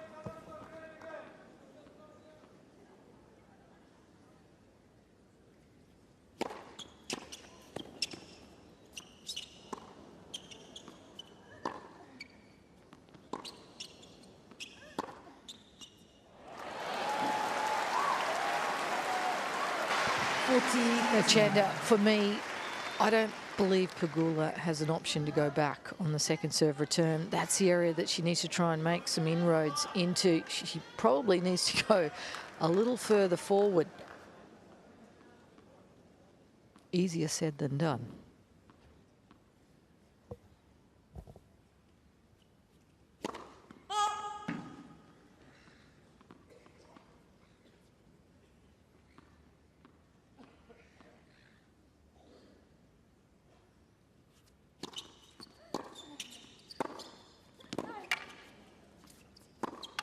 Oh, simply stunning from Elena Rybakina.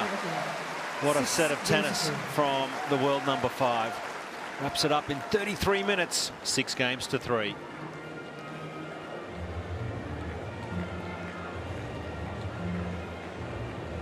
For the first set of this match, felt important for both players. Yeah, so much talked about there for what was struggling for Jess Pegula, not really being able to get the returns on the serves, and it's really showing. She's only really able to pick up most of her points here when it gets to those medium lengths of rallies, or if she herself is serving, as we can see there with the stats there. But ultimately, Rybakina owning a lot of this game. We even questioned, would she want to have those extended rallies? Well, at this point, it doesn't really matter. In those longer rallies, she's still winning the points there, so she can close out points early that we're seeing so consistently, but she's also able to win in those longer exchanges between the two as well. So set number 2, when it does come our way, there's a little bit of a rework that's going to have to happen.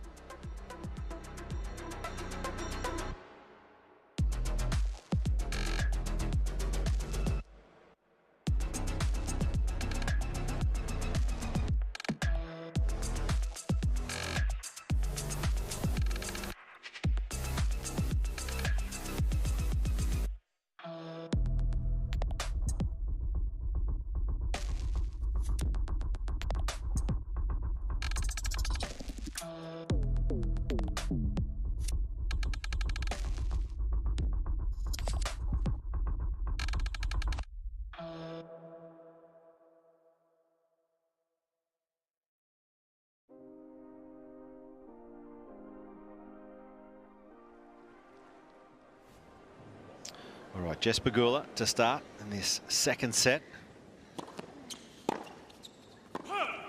15 love.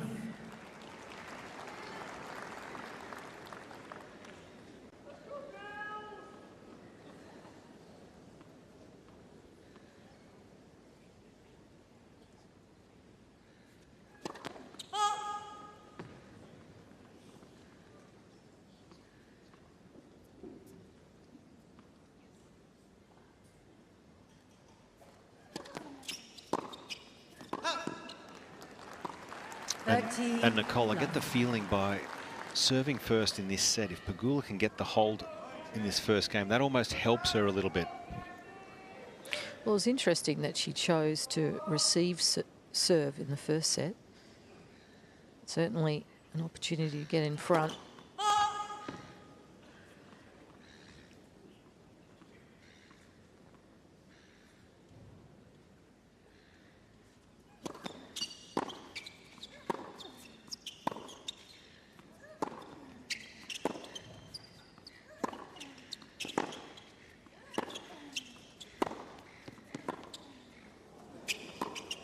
And that's very much the point that Jess Pegula has been playing so far this tournament. Using the slice just low enough and short enough to bring Rybakina forward on Pegula's terms, and that is an uncomfortable area, relatively speaking, for the Kazakh.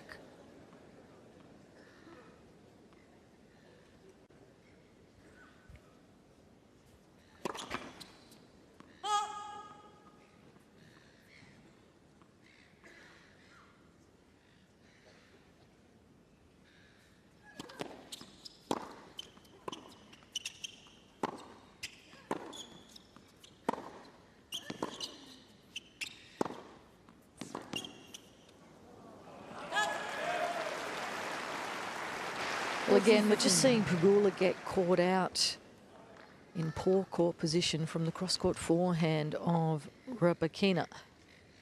She has to start looking for this forehand. Try and be a step ahead.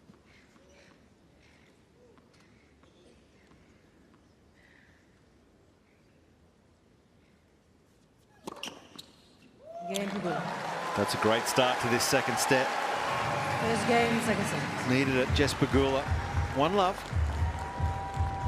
That was the first order of business for Pegula, is to start holding serve. You're playing against a big server. You may not have very many break opportunities. That is something you can't control the same way. And so holding serve is imperative. And Pegula, she got down quickly in that first set. On her returns, like huge, right? So you need to be. The ball just like it hangs weird. Like it's kind of on the forehand, you know? And then I get stuck and then I just. You know she's going there, Jess. You could stay in that corner some. You know it's there. Well, it's a little bit what Nicole Pratt was saying. She's almost got to anticipate or hang in that forehand side. That's what the message from Mark Merklin is. She knows it's coming to that side.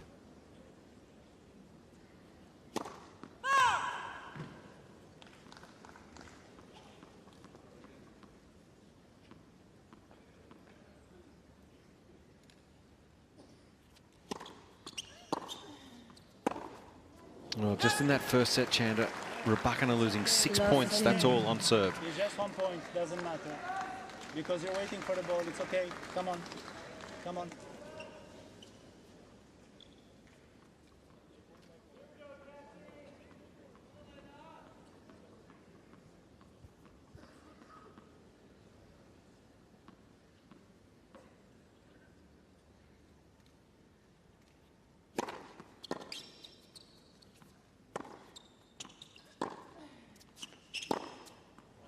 That is money. That shot set up for Rybakina and gave her just enough angle to create an even sharper angle of her own. Allez, let's go, big serves, eh? Toi.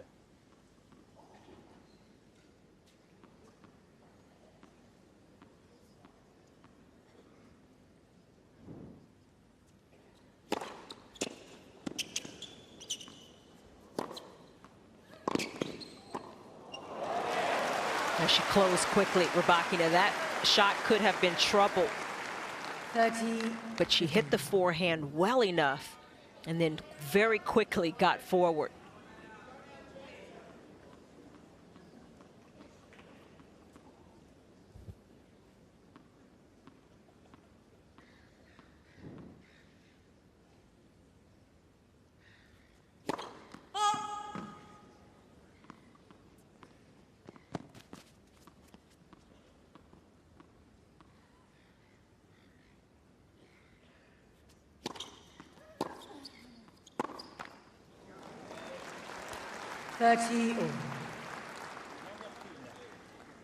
Bistri kis na servu, eh?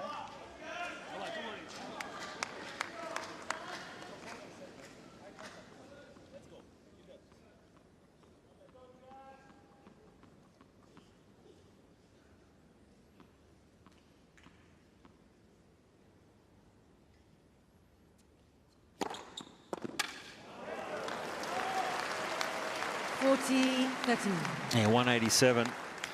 Just a few Ks off her biggest serve of the match. Move position, go for your serves. Idemo. Tossing forward, in front.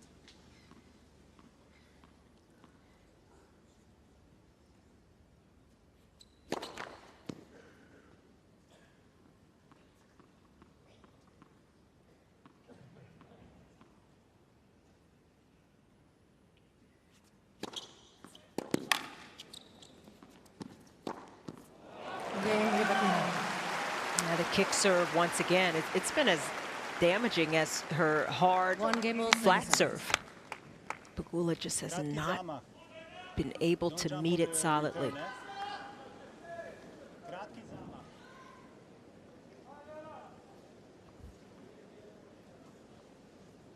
This is the game for Pegula, where she's just got to find ways to keep holding. Wait, please. Seats behind the players, thank you. Any seat for now? Players are ready for play.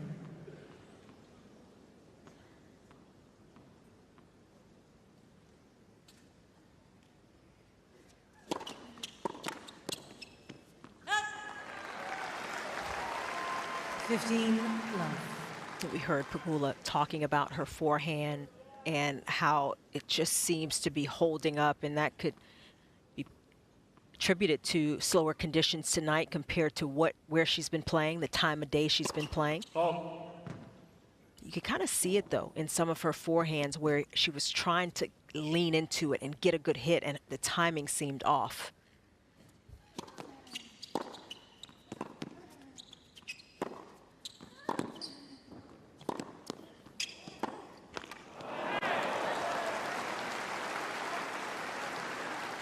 The forehand was a shot she was able to lean into, especially against Anisimova. She started hitting it and really getting some good speed behind it.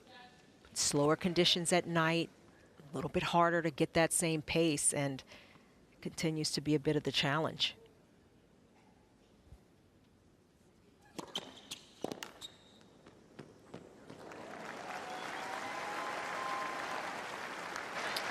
Just another tactic that I feel like Pegula could look to incorporate is use her short slice to bring Elena forward. Throughout the tournament, she's only been converting 54% of points when she's come to the net.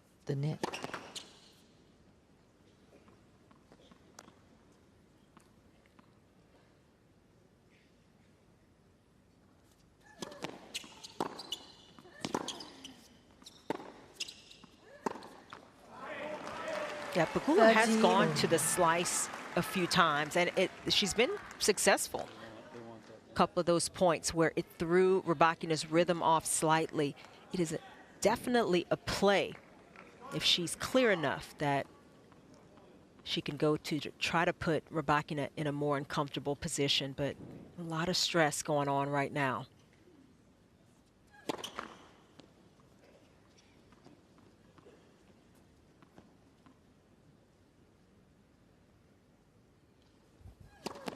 Let's second serve.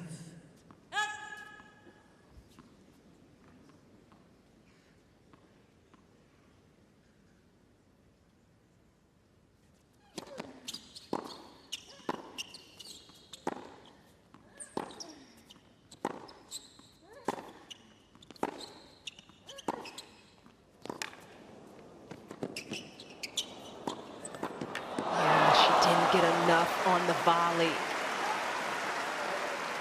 And Rybakina doing such a good job defending, keeping her intensity up. Come on, don't show her any of that at all. You're looking good, looking good. Na backhand. Skroz se podstavi na lijevo. Ako ide na pravo, ide na pravo. Držat korpus.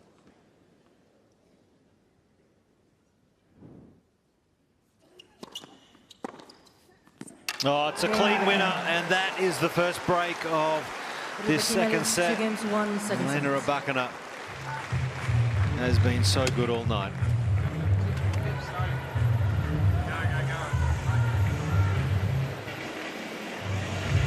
Well, I'm so surprised with Jess Pegula tonight. The body language just showing so much negative emotion when she's been so good.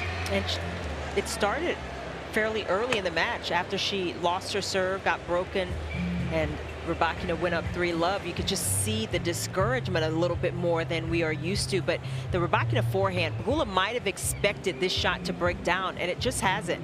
Rybakina has been going primarily cross court with the forehand 67% of the time, but she's been going with pace, with angle, and with good depth more consistently, and just enough time she's swinging it down the line 11% of the time.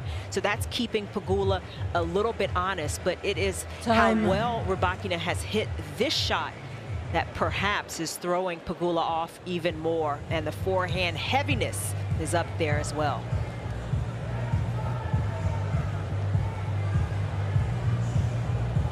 Well, this shot has done so much damage. It's been heavy, it's been powerful, and it's had plenty of spin as well. And Elena Rybakina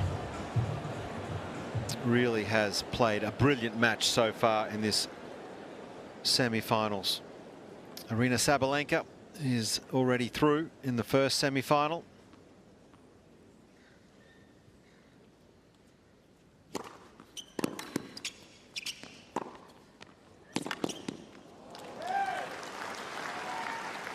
15 love.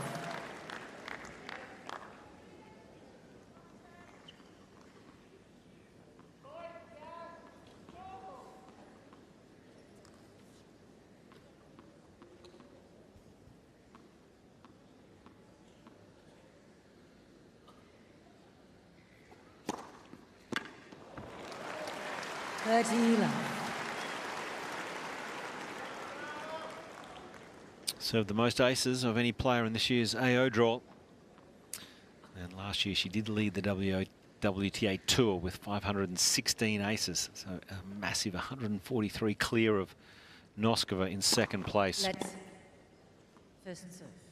So this serve is doing so much damage here tonight, just winning so many free points.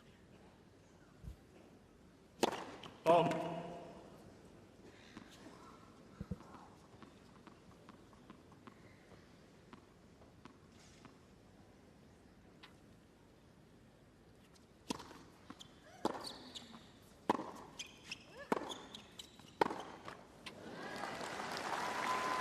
Yeah, that time Pegula didn't step in. She kind of stayed in a normal return position and just hit it within rhythm.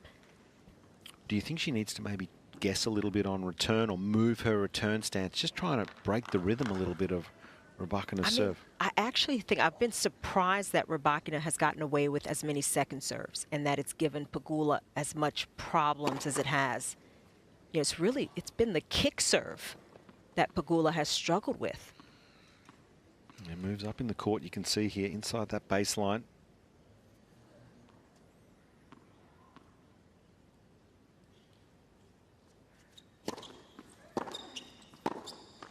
And that's what we were expecting more of from Pegula.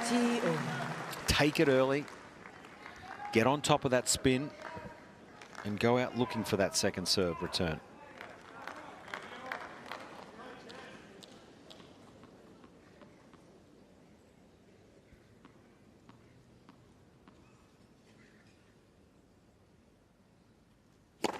Oh.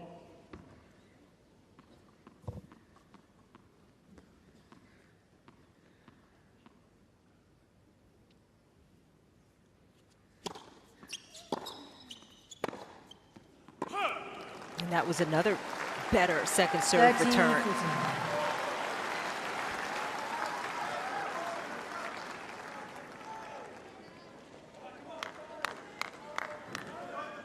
Okay, first break point.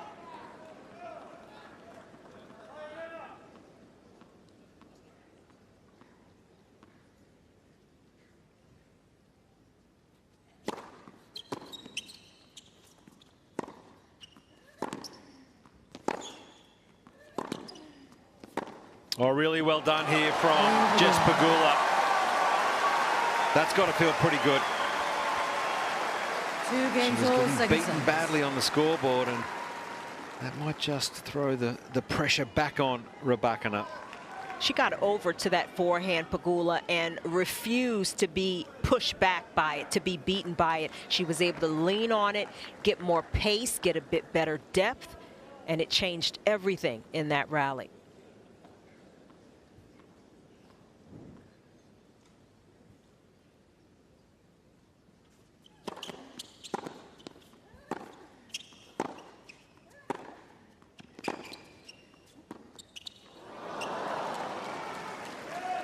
The right idea, though. Absolutely, I like that from Jess Pegula, trying to just hit in the short backhand slice, just to change the rhythm.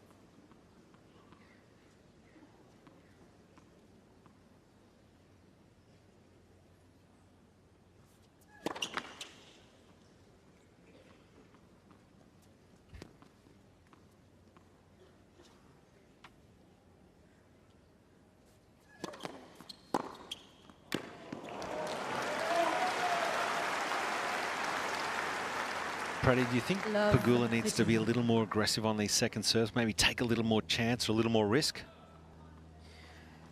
Well, Mark Merklin was talking about it in terms of the first serve, going into the body. I feel like what she can do is add a little bit of pace and go into the body.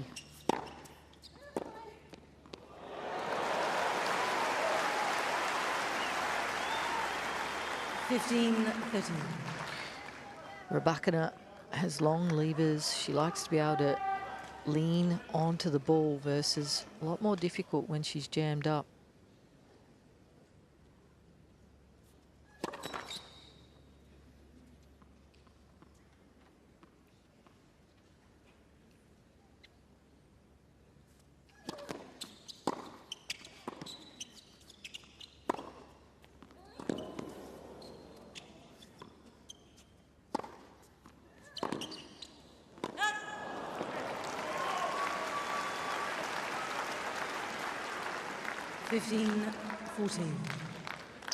Well, a couple of break-back points here for Rybakina.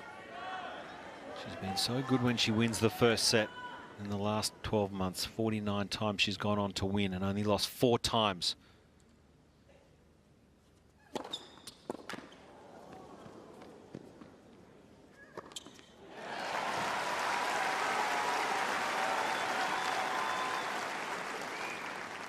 Let's listen.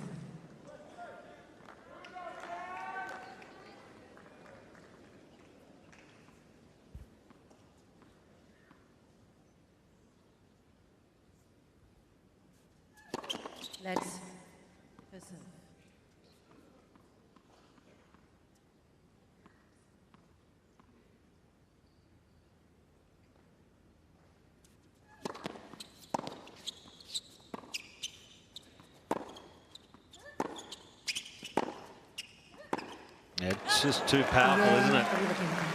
What a return game from Rybakina. Rybakina leads 3 games So to it's 2 a set and a break seconds. for the world number 5.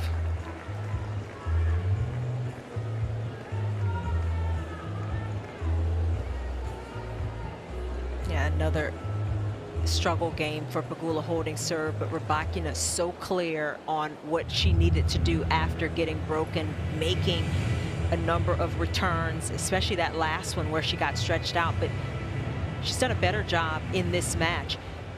Of the remaining 8 players, all the quarterfinalists, Rybakina had the lowest percentage of first serve returns made, and partly because on those quicker first serves, she struggles a little bit more with that, returning it.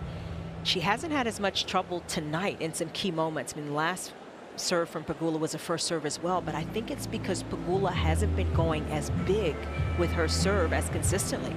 Her average first serve speeds 159 kilometers per hour. That could be higher, and it's part of what her coach Mark Merklin was saying earlier in the match, and we'll see if she continues to adjust.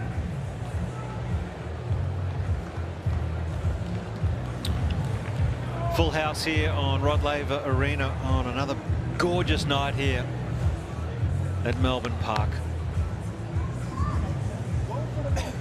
When you're up in the game, keep serving big. Let's go. Come on. Elena Rybakina is very hard to stop when she's in front.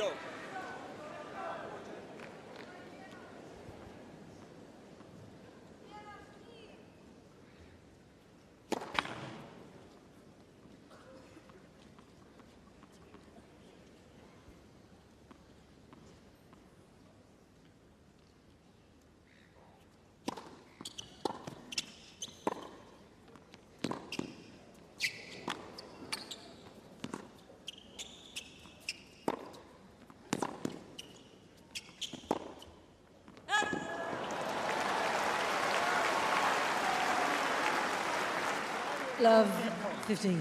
No need to change. Come on. Come on. Let's go up on the serve. Idemo smirit se. Dihaj, igramo, sve хорошо. Super, bravo.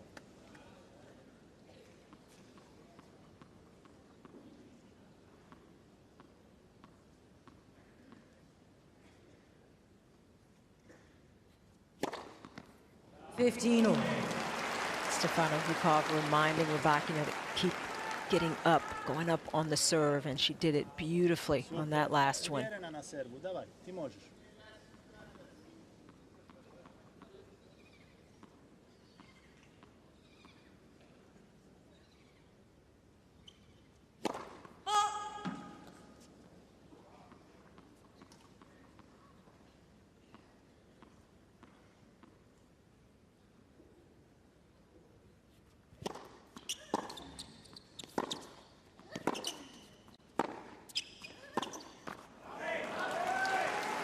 30-15.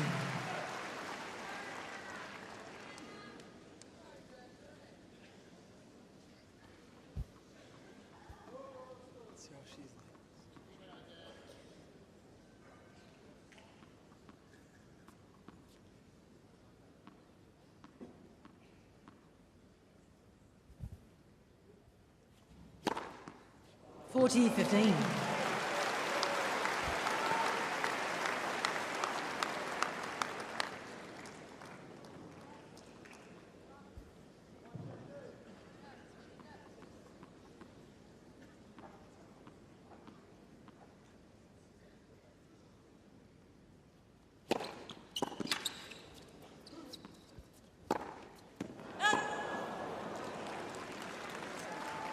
$40-13.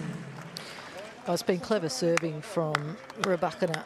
She's been mostly going down the tee side on the ad court. But those last couple of serves out wide aces. Will she go there again or go back to the favouring the tee serve?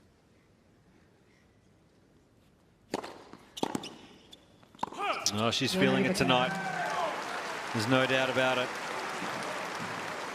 Set and 4-2 to the good. 2 second set. Just played with so much freedom in her game tonight.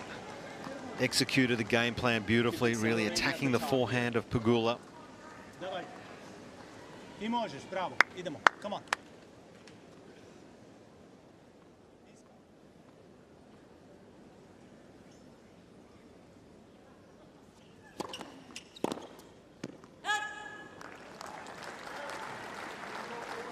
$15 love.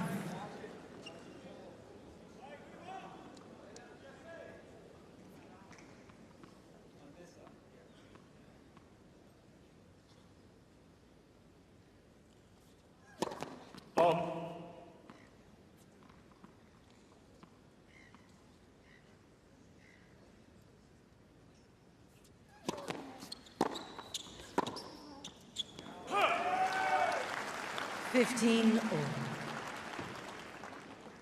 Yeah, that second serve just at 142 kilometres an hour as we near the hour mark here. And it's nearly 10:30 local time here, so conditions very heavy, bit of moisture and humidity, making it tough going for Pegula.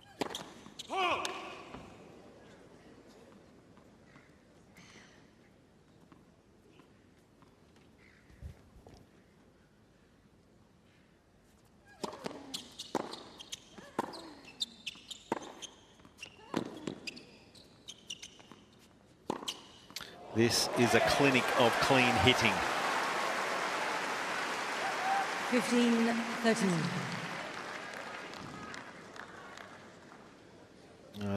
As a player, when it all comes together as magically as it is at the moment for Rebecca, this has got to feel pretty sweet.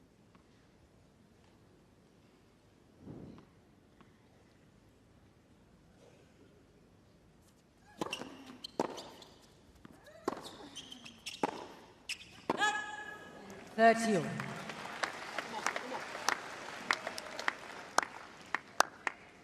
Good spot.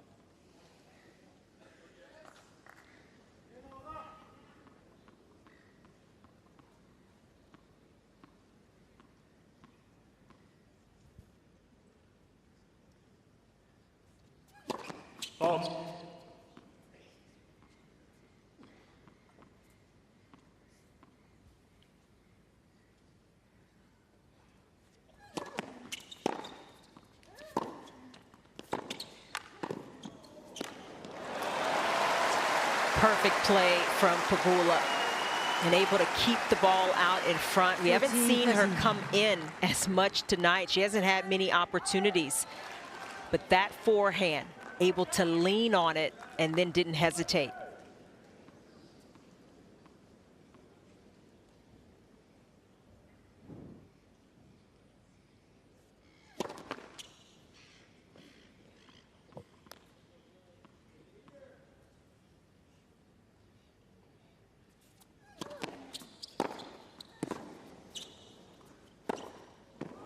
Just long. So another game for Pegula, but it is all Rybakina at the moment. She leads the set, 4-3 with a break. 3 seconds.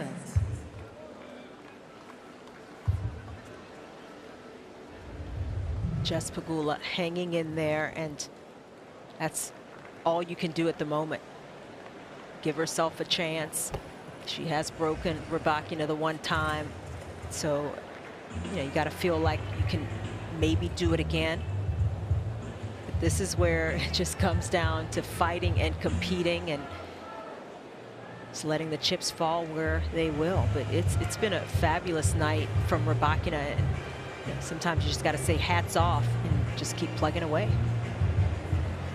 Yeah, it's been played on her racket, that's for sure. She's come out with such aggression tonight.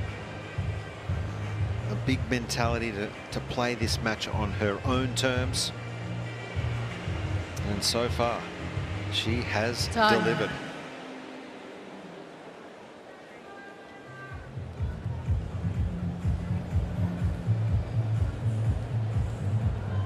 Well, Jess Pegula, she's got to find some answers quickly tonight here, because her opponent, world number 5, Elena Rybakina, has been brilliant. Took the first set 6-3 and leads 4-3 with a break. And serving with the new balls.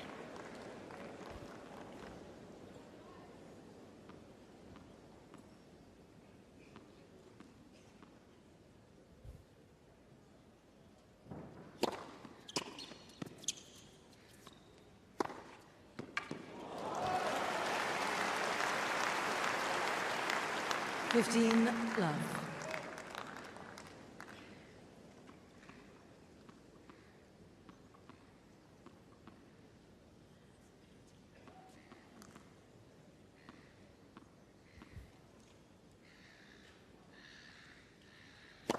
Stop.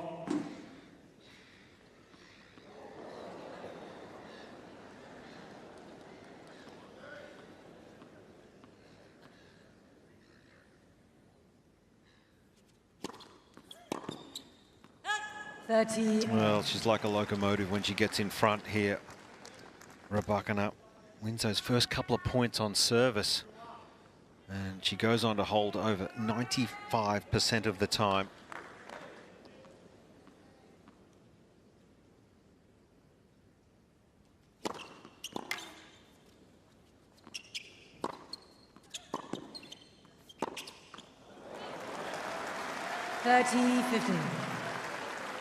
The first serve, it has been a weapon for Rybakina when she gets it in, but she's playing behind her second serve often, and she's also doing a good job winning the majority of those points as well.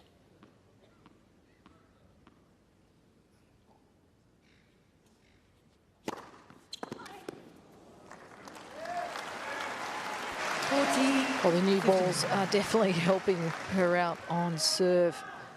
Those first serves that have been in, absolute rockets. No chance for Pegula.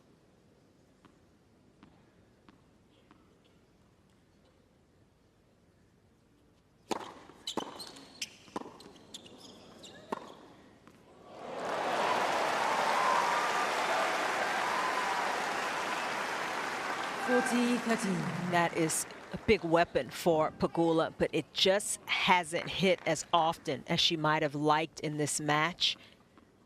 It's a fourth forehand winner for her.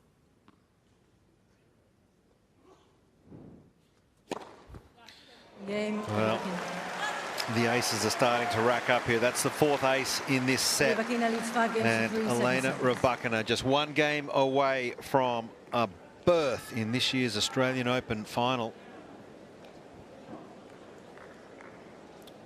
where Aryna Sabalenka awaits.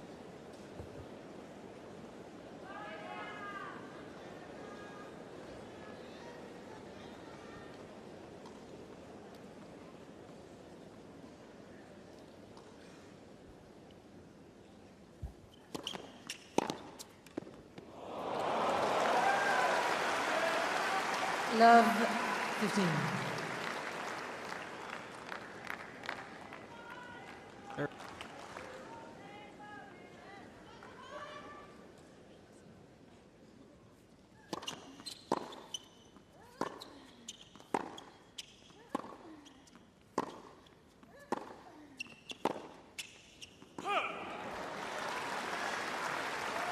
15-all.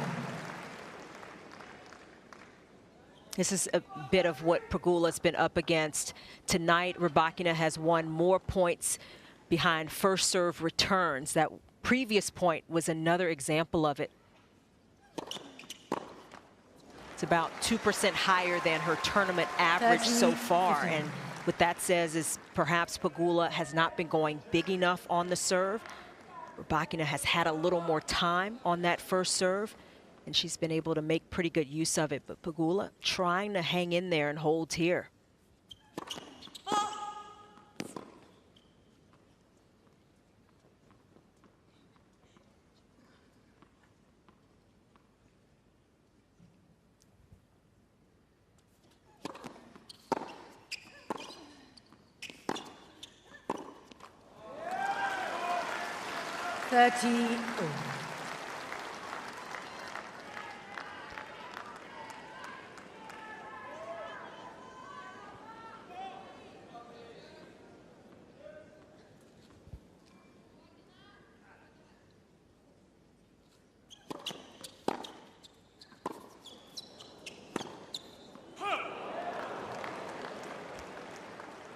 $40-13.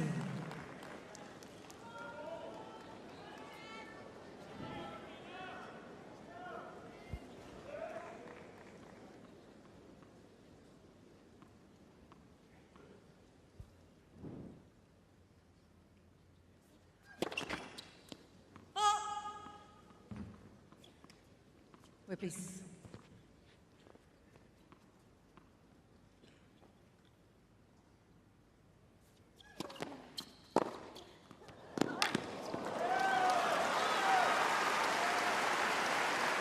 Anything a bit slower where Rybakina has time. She has been lethal. That last serve, 131 kilometers per hour. Average first serve speeds for Pegula tonight, 158.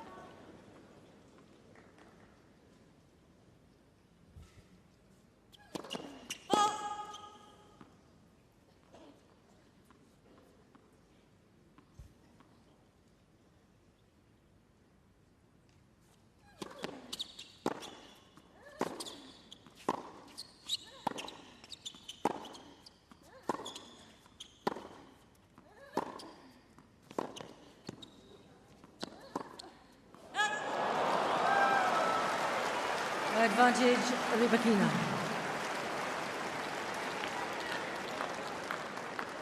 Well, it's just been one-way traffic for Elena Rybakina. She has been unstoppable and sits on the cusp of a finals berth here at the Australian Open.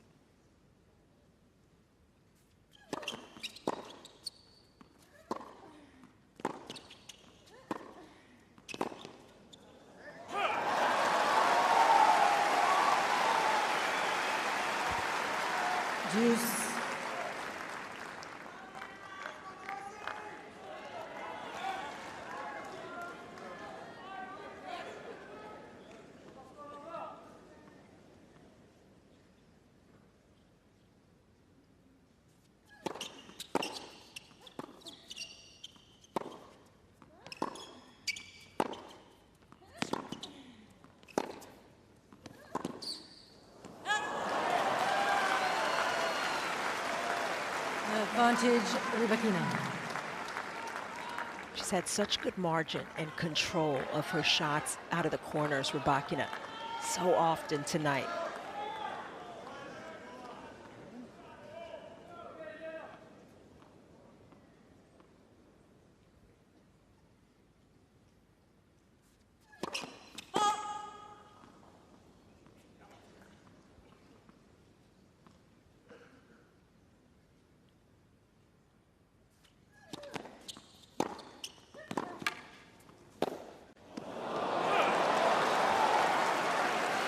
That little extra hustle from Pegula, and she is still in it.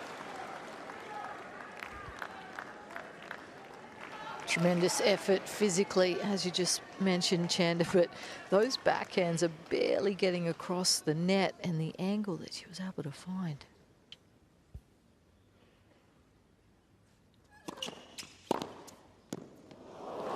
Advantage Rybakina.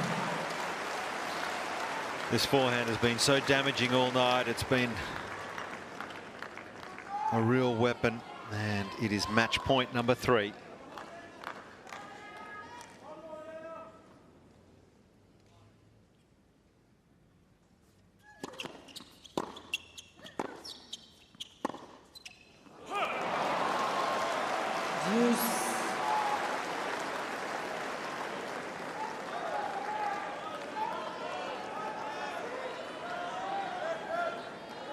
Thank you.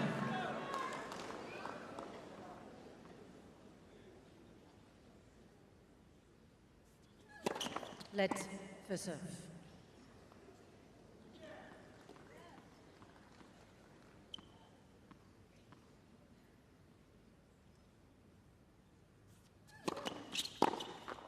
Advantage Pagula.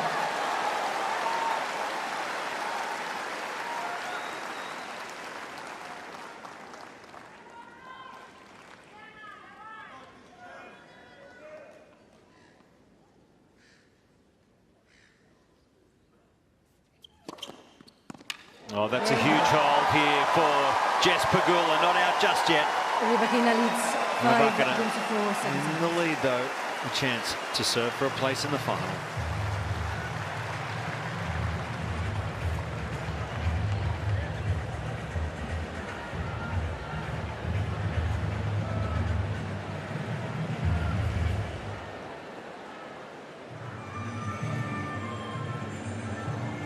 Well, gets one more roll of the dice here. Jess Pagula on return.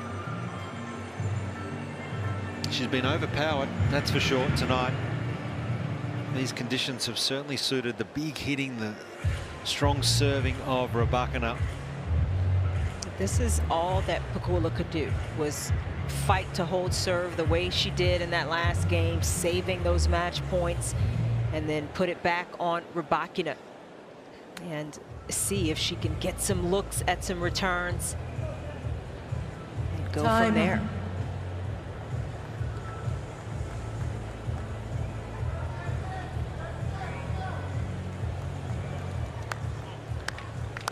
Elena Rybakina serving for the match here on this women's semi-finals evening. The numbers are good for Rybakina. If she gets to 15 love, if she wins that first point, she goes on to hold serve 95% of the time. So this first point is crucial for Pagula.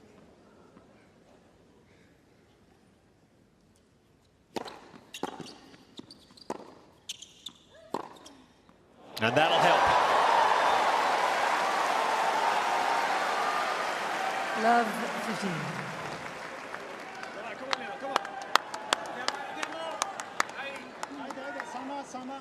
Sama играй. Давай, уверенно till the end. Let's go.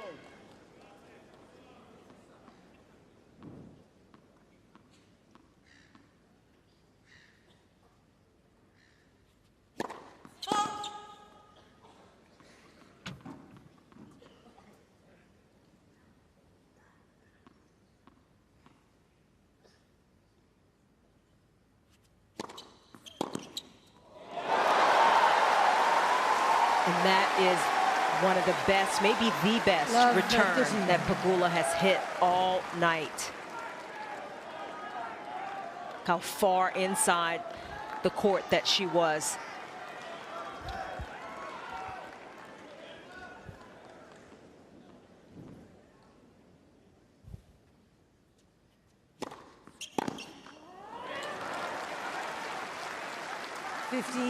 Let's go. Sama uверена, без паники. Bravo, bravo, bravo, bravo, bravo.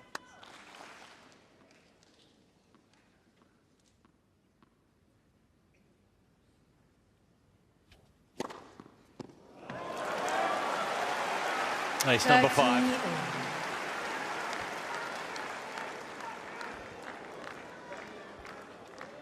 That has been her go-to serve on the ad side, down the tee.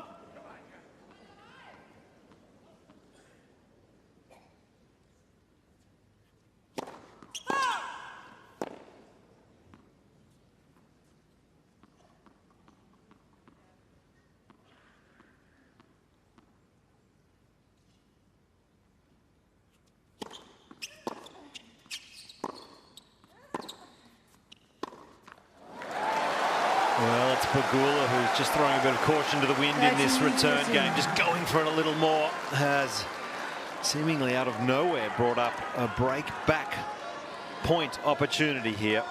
Now that was a tension-filled forehand from Rybakina. It was a little short. She needed to step up in the court, and the legs just didn't move either.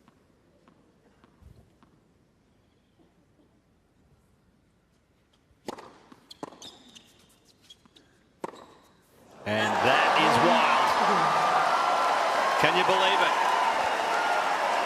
Elena Rybakina had 3 match points on the Pegula serve. And we are locked at 5-all.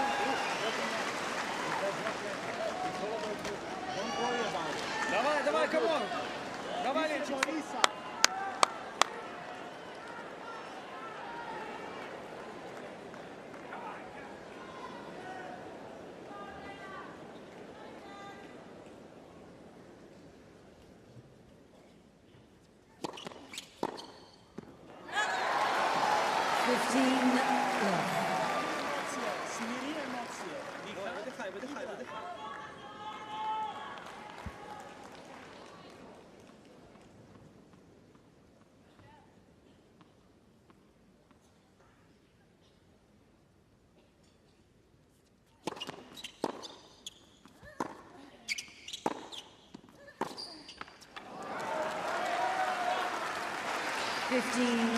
It's incredible what a little tension can do. Rybakina not moving her feet in the previous game on those forehands. Starting to glance a little bit more over to her box as well, showing a little uncertainty. First serve.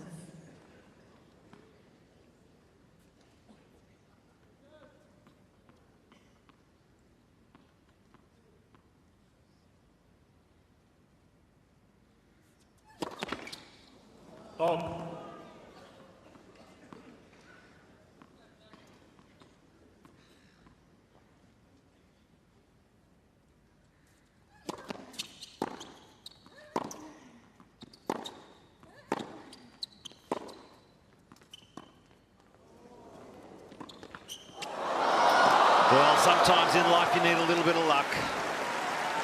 Yeah, that is just what Rybakina needs right now. 15-13. And it's worth mentioning, Rybakina having had those 3 match points. She had 3 matches during the early part of the summer last year where she lost matches with pretty significant leads. 6-2 lead in the 3rd set tiebreak against Sabalenka in Berlin.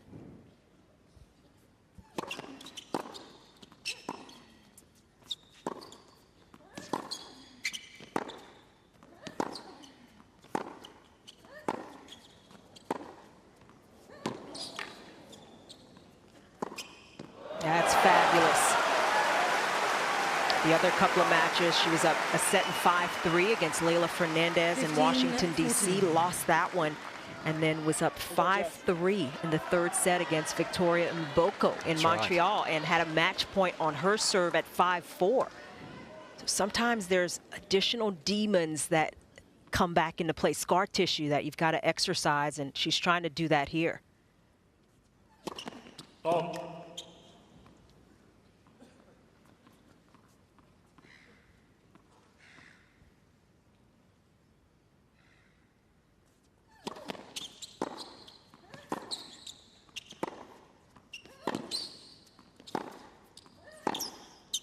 Oh, this is a really good game here from Rybakina. She responds, gets the break, and will have another chance to serve for the match.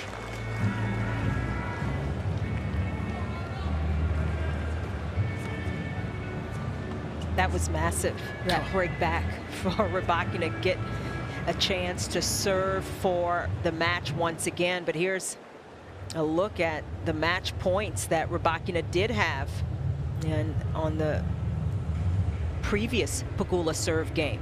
Yeah, that was just a lift up on that forehand on the first. It just got a little tight, that forehand side. The legs stopped moving, and she just couldn't quite get into position. That was a good serve from Pegula, so that's too good, but missed forehand, a couple of forehands she missed to then lose the game.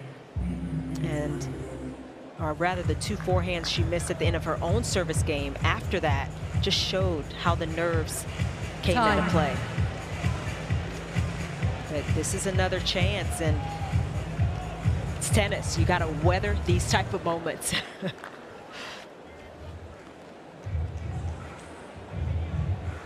Well, 8 minutes ago, Elena Rybakina served for the match at 5-4. Couldn't get it done.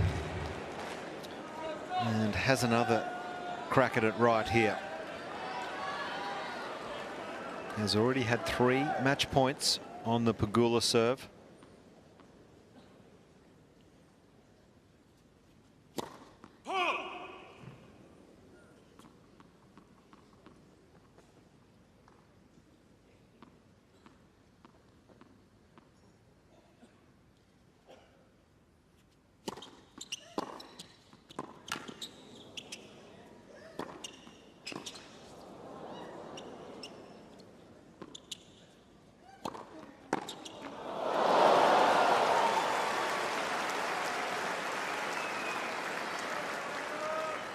Love 15.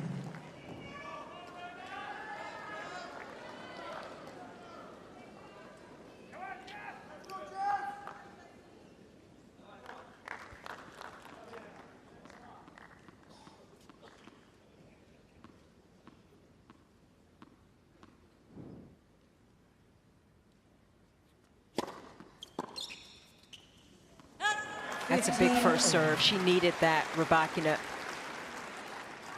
Even tougher to play behind a second serve in these moments when the tension is high.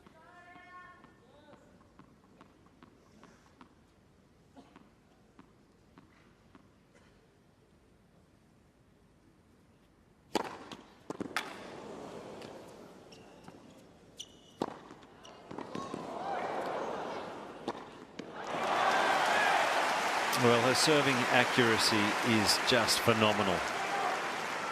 Not just the big speed, the power, but it's the accuracy that has been so rewarding tonight.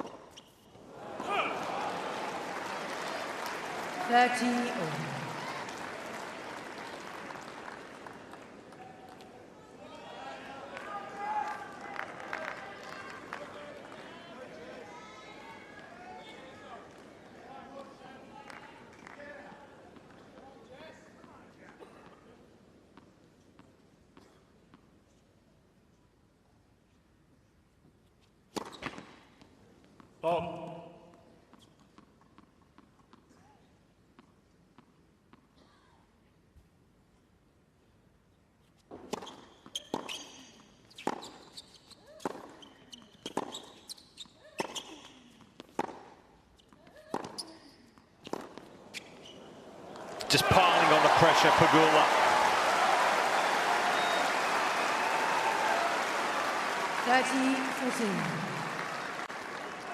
There's no choice. Pegula knows that she has to hit out on these shots. She knows exactly where she's going with it, testing the Rybakina forehand, and she gets another break point.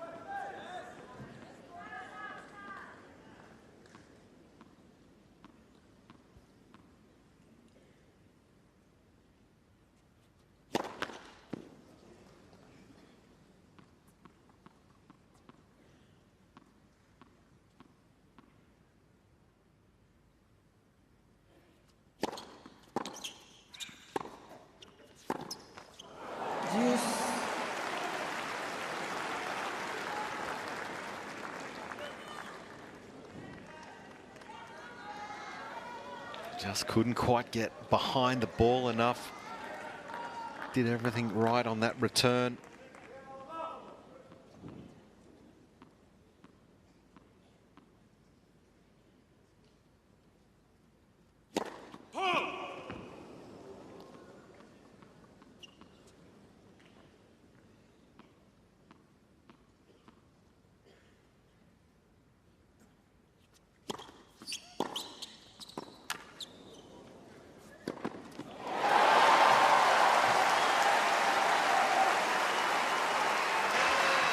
Jess Pegula doing a terrific job getting on top of the second serve return, not allowing it to get over shoulder height, and then being able to get in front in the point.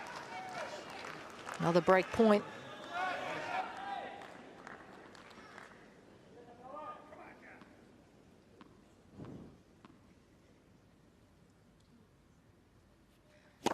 Oh.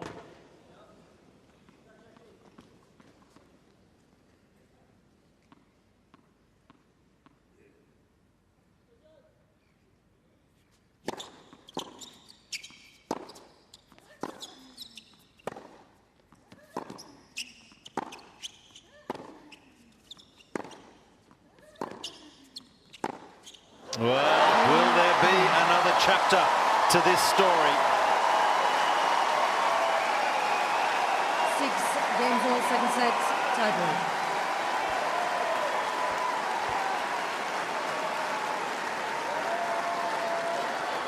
Refusing to give in, Jess Pegula.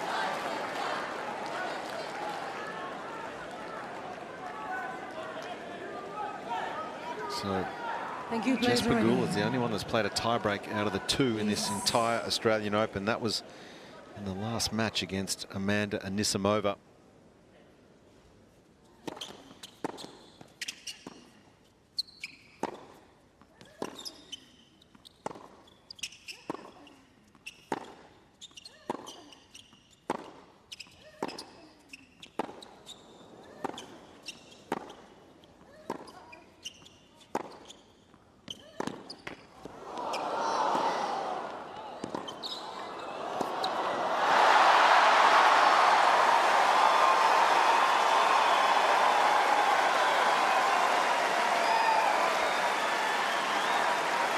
That's just work and guts and fight from Pegula. Covering plenty of court left and right until it was Rybakina who blinked.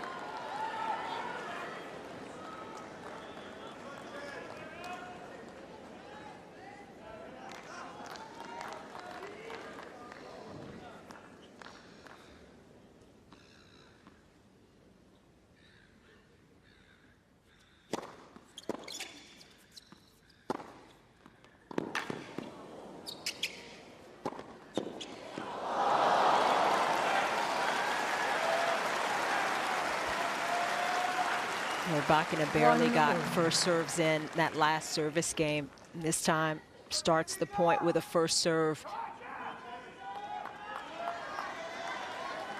Yeah, 55% of first serves in for this match.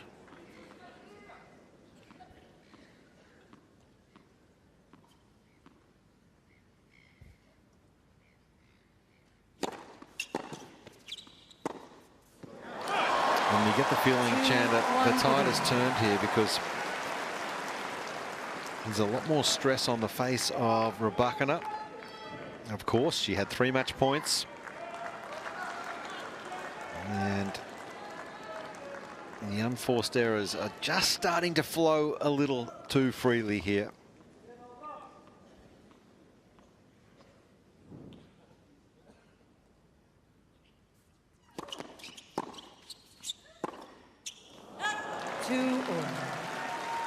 We haven't seen a miss like that from Pegula in a minute. Just caught that forehand a little late.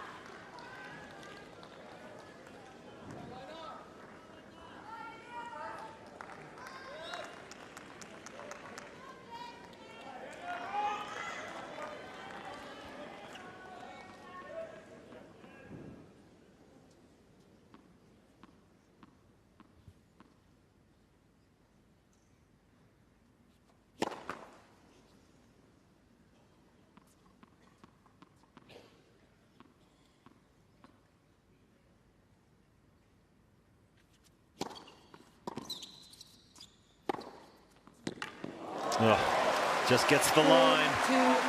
So this will feel pretty big here for Rybakina, walking around at 4-2.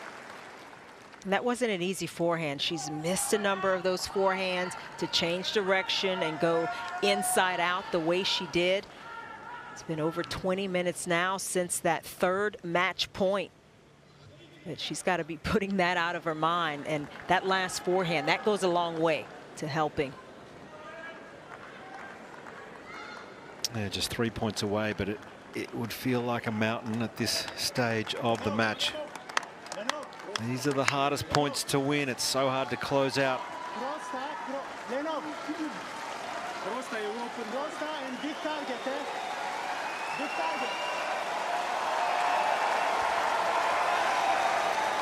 Thank you.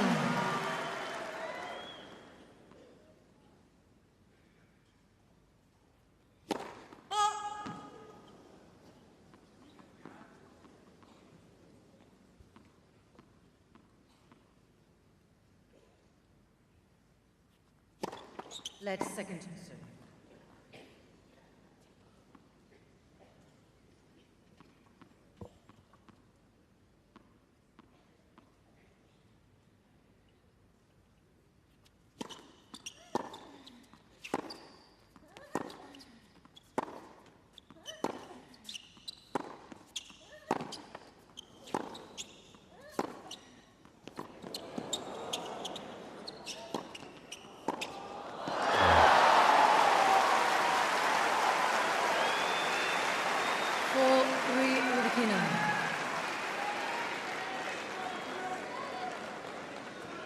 Yeah, she is still so tight, Rybakina. I mean, you can look at her face when she came close to the glass. She can barely breathe right now, but this is where you've got to take deep breaths and just keep the focus small.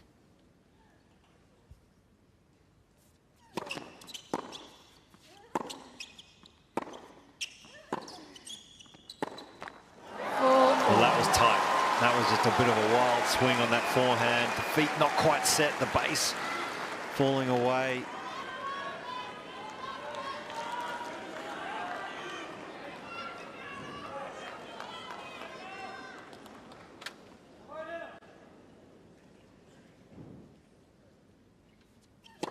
Oh.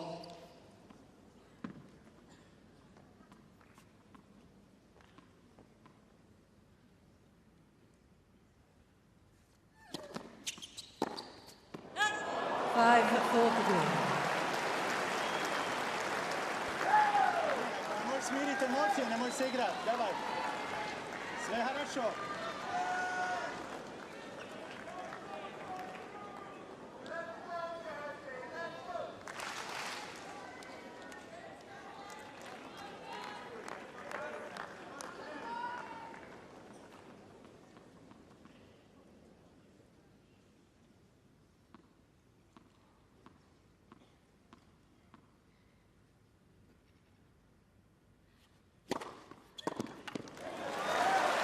What a time for a first serve for Rybakina.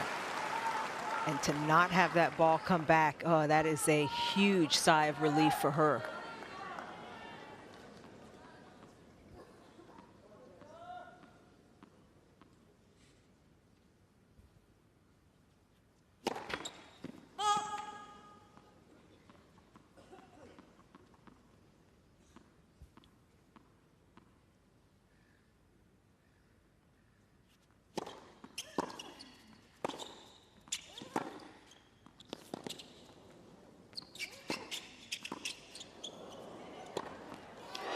Can you believe it?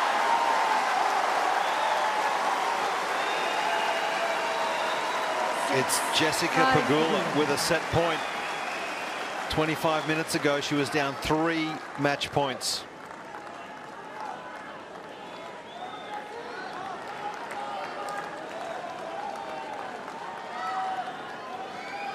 Thank you. Please.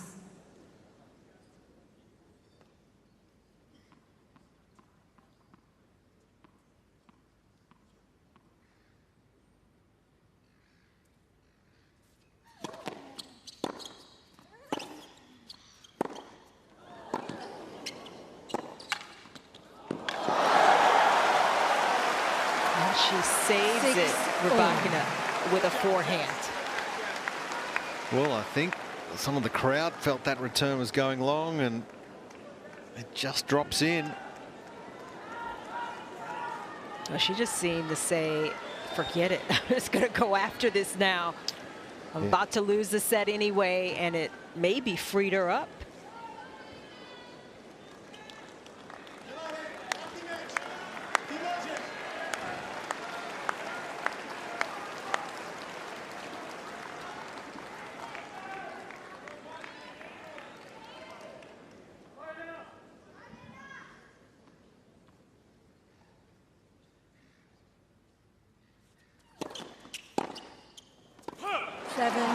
Yeah, went out after this serve on that set point. Was just a little conservative, I felt, on her first serve there, Pegula.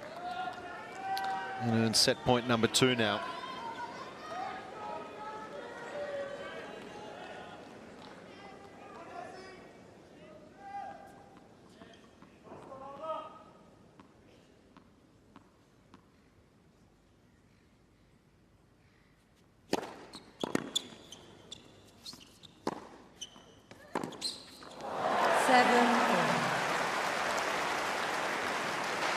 Well, it was a terrific get from Pegula on the return. And she read the right way. That's typically where Rybakina has been going. The cross-court forehand, just caught too far behind the baseline. So much tension out here, emotion.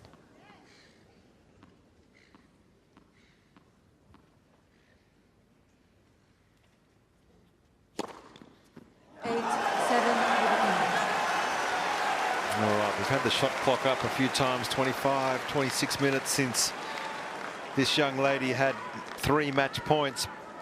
And she now has her 4th here.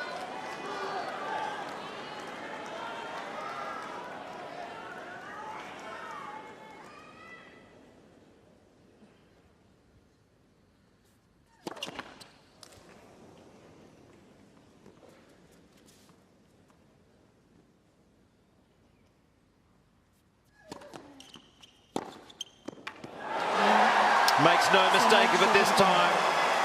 And it's Elena Rybakina moving into the Australian Open final of 2026.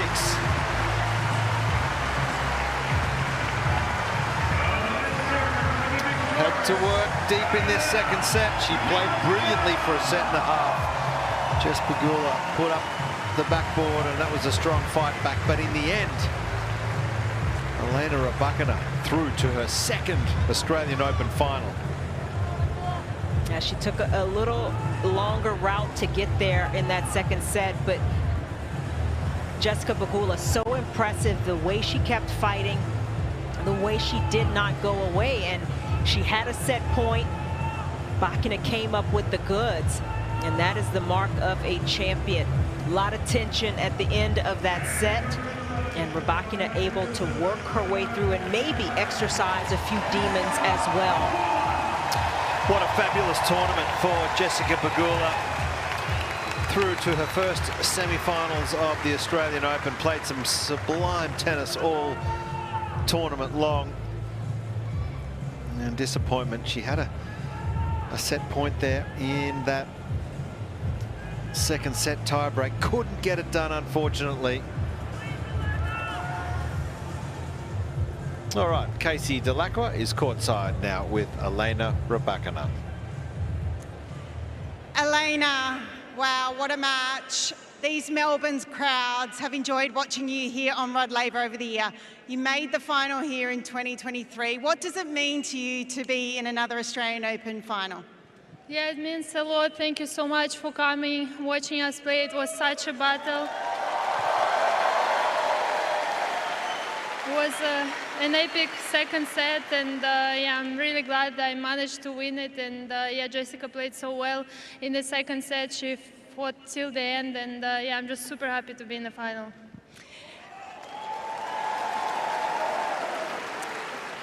And there are a lot of people in the crowd that were a bit nervous there at the end. Your team also were a little bit nervous. How are you feeling in those closing stages of the match? Well, I don't think it was a little bit for my team. It was really, really stressful, and for me also. I had some epic tiebreak here a couple years ago. I lost it. I think it was the longest woman played, and a little flashback came, you know. But yeah, I'm super happy that in the end it turned my way, and looking forward to play on Saturday.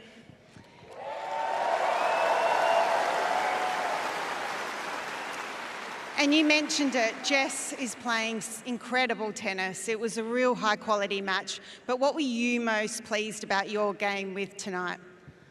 Well, I'm pretty proud that no matter the situation I was leading, and then of course it got very tight, I still stayed there. I was fighting for each point, and yeah, just happy that actually the match has started really well, also comparing the previous matches I played. So overall, it's a lot of positives to take. I just need some definitely rest, and yeah, again, thank you so much for coming. Hope to see you on Saturday.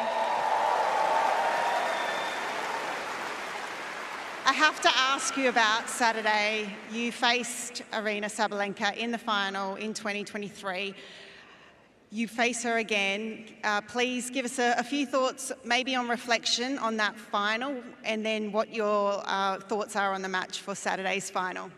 Yeah, it was a great battle we played, and I think just in the end she played a bit better, and she won that match, very deserved. And yeah, I'm just, I want to enjoy, that's for sure, the final, and hopefully I'm gonna serve better than today, and it's gonna help me, and we'll see. But yeah, I'm so excited to play. Okay. Last question. The other day I asked you perhaps what you get up to in between and when you have a day off. You said to me, oh, some things I do maybe are boring, but for us average people, Alina, what you do and prepare for a final is not boring at all. So can you please give us a little bit of insight into what you will perhaps do in preparation for the final?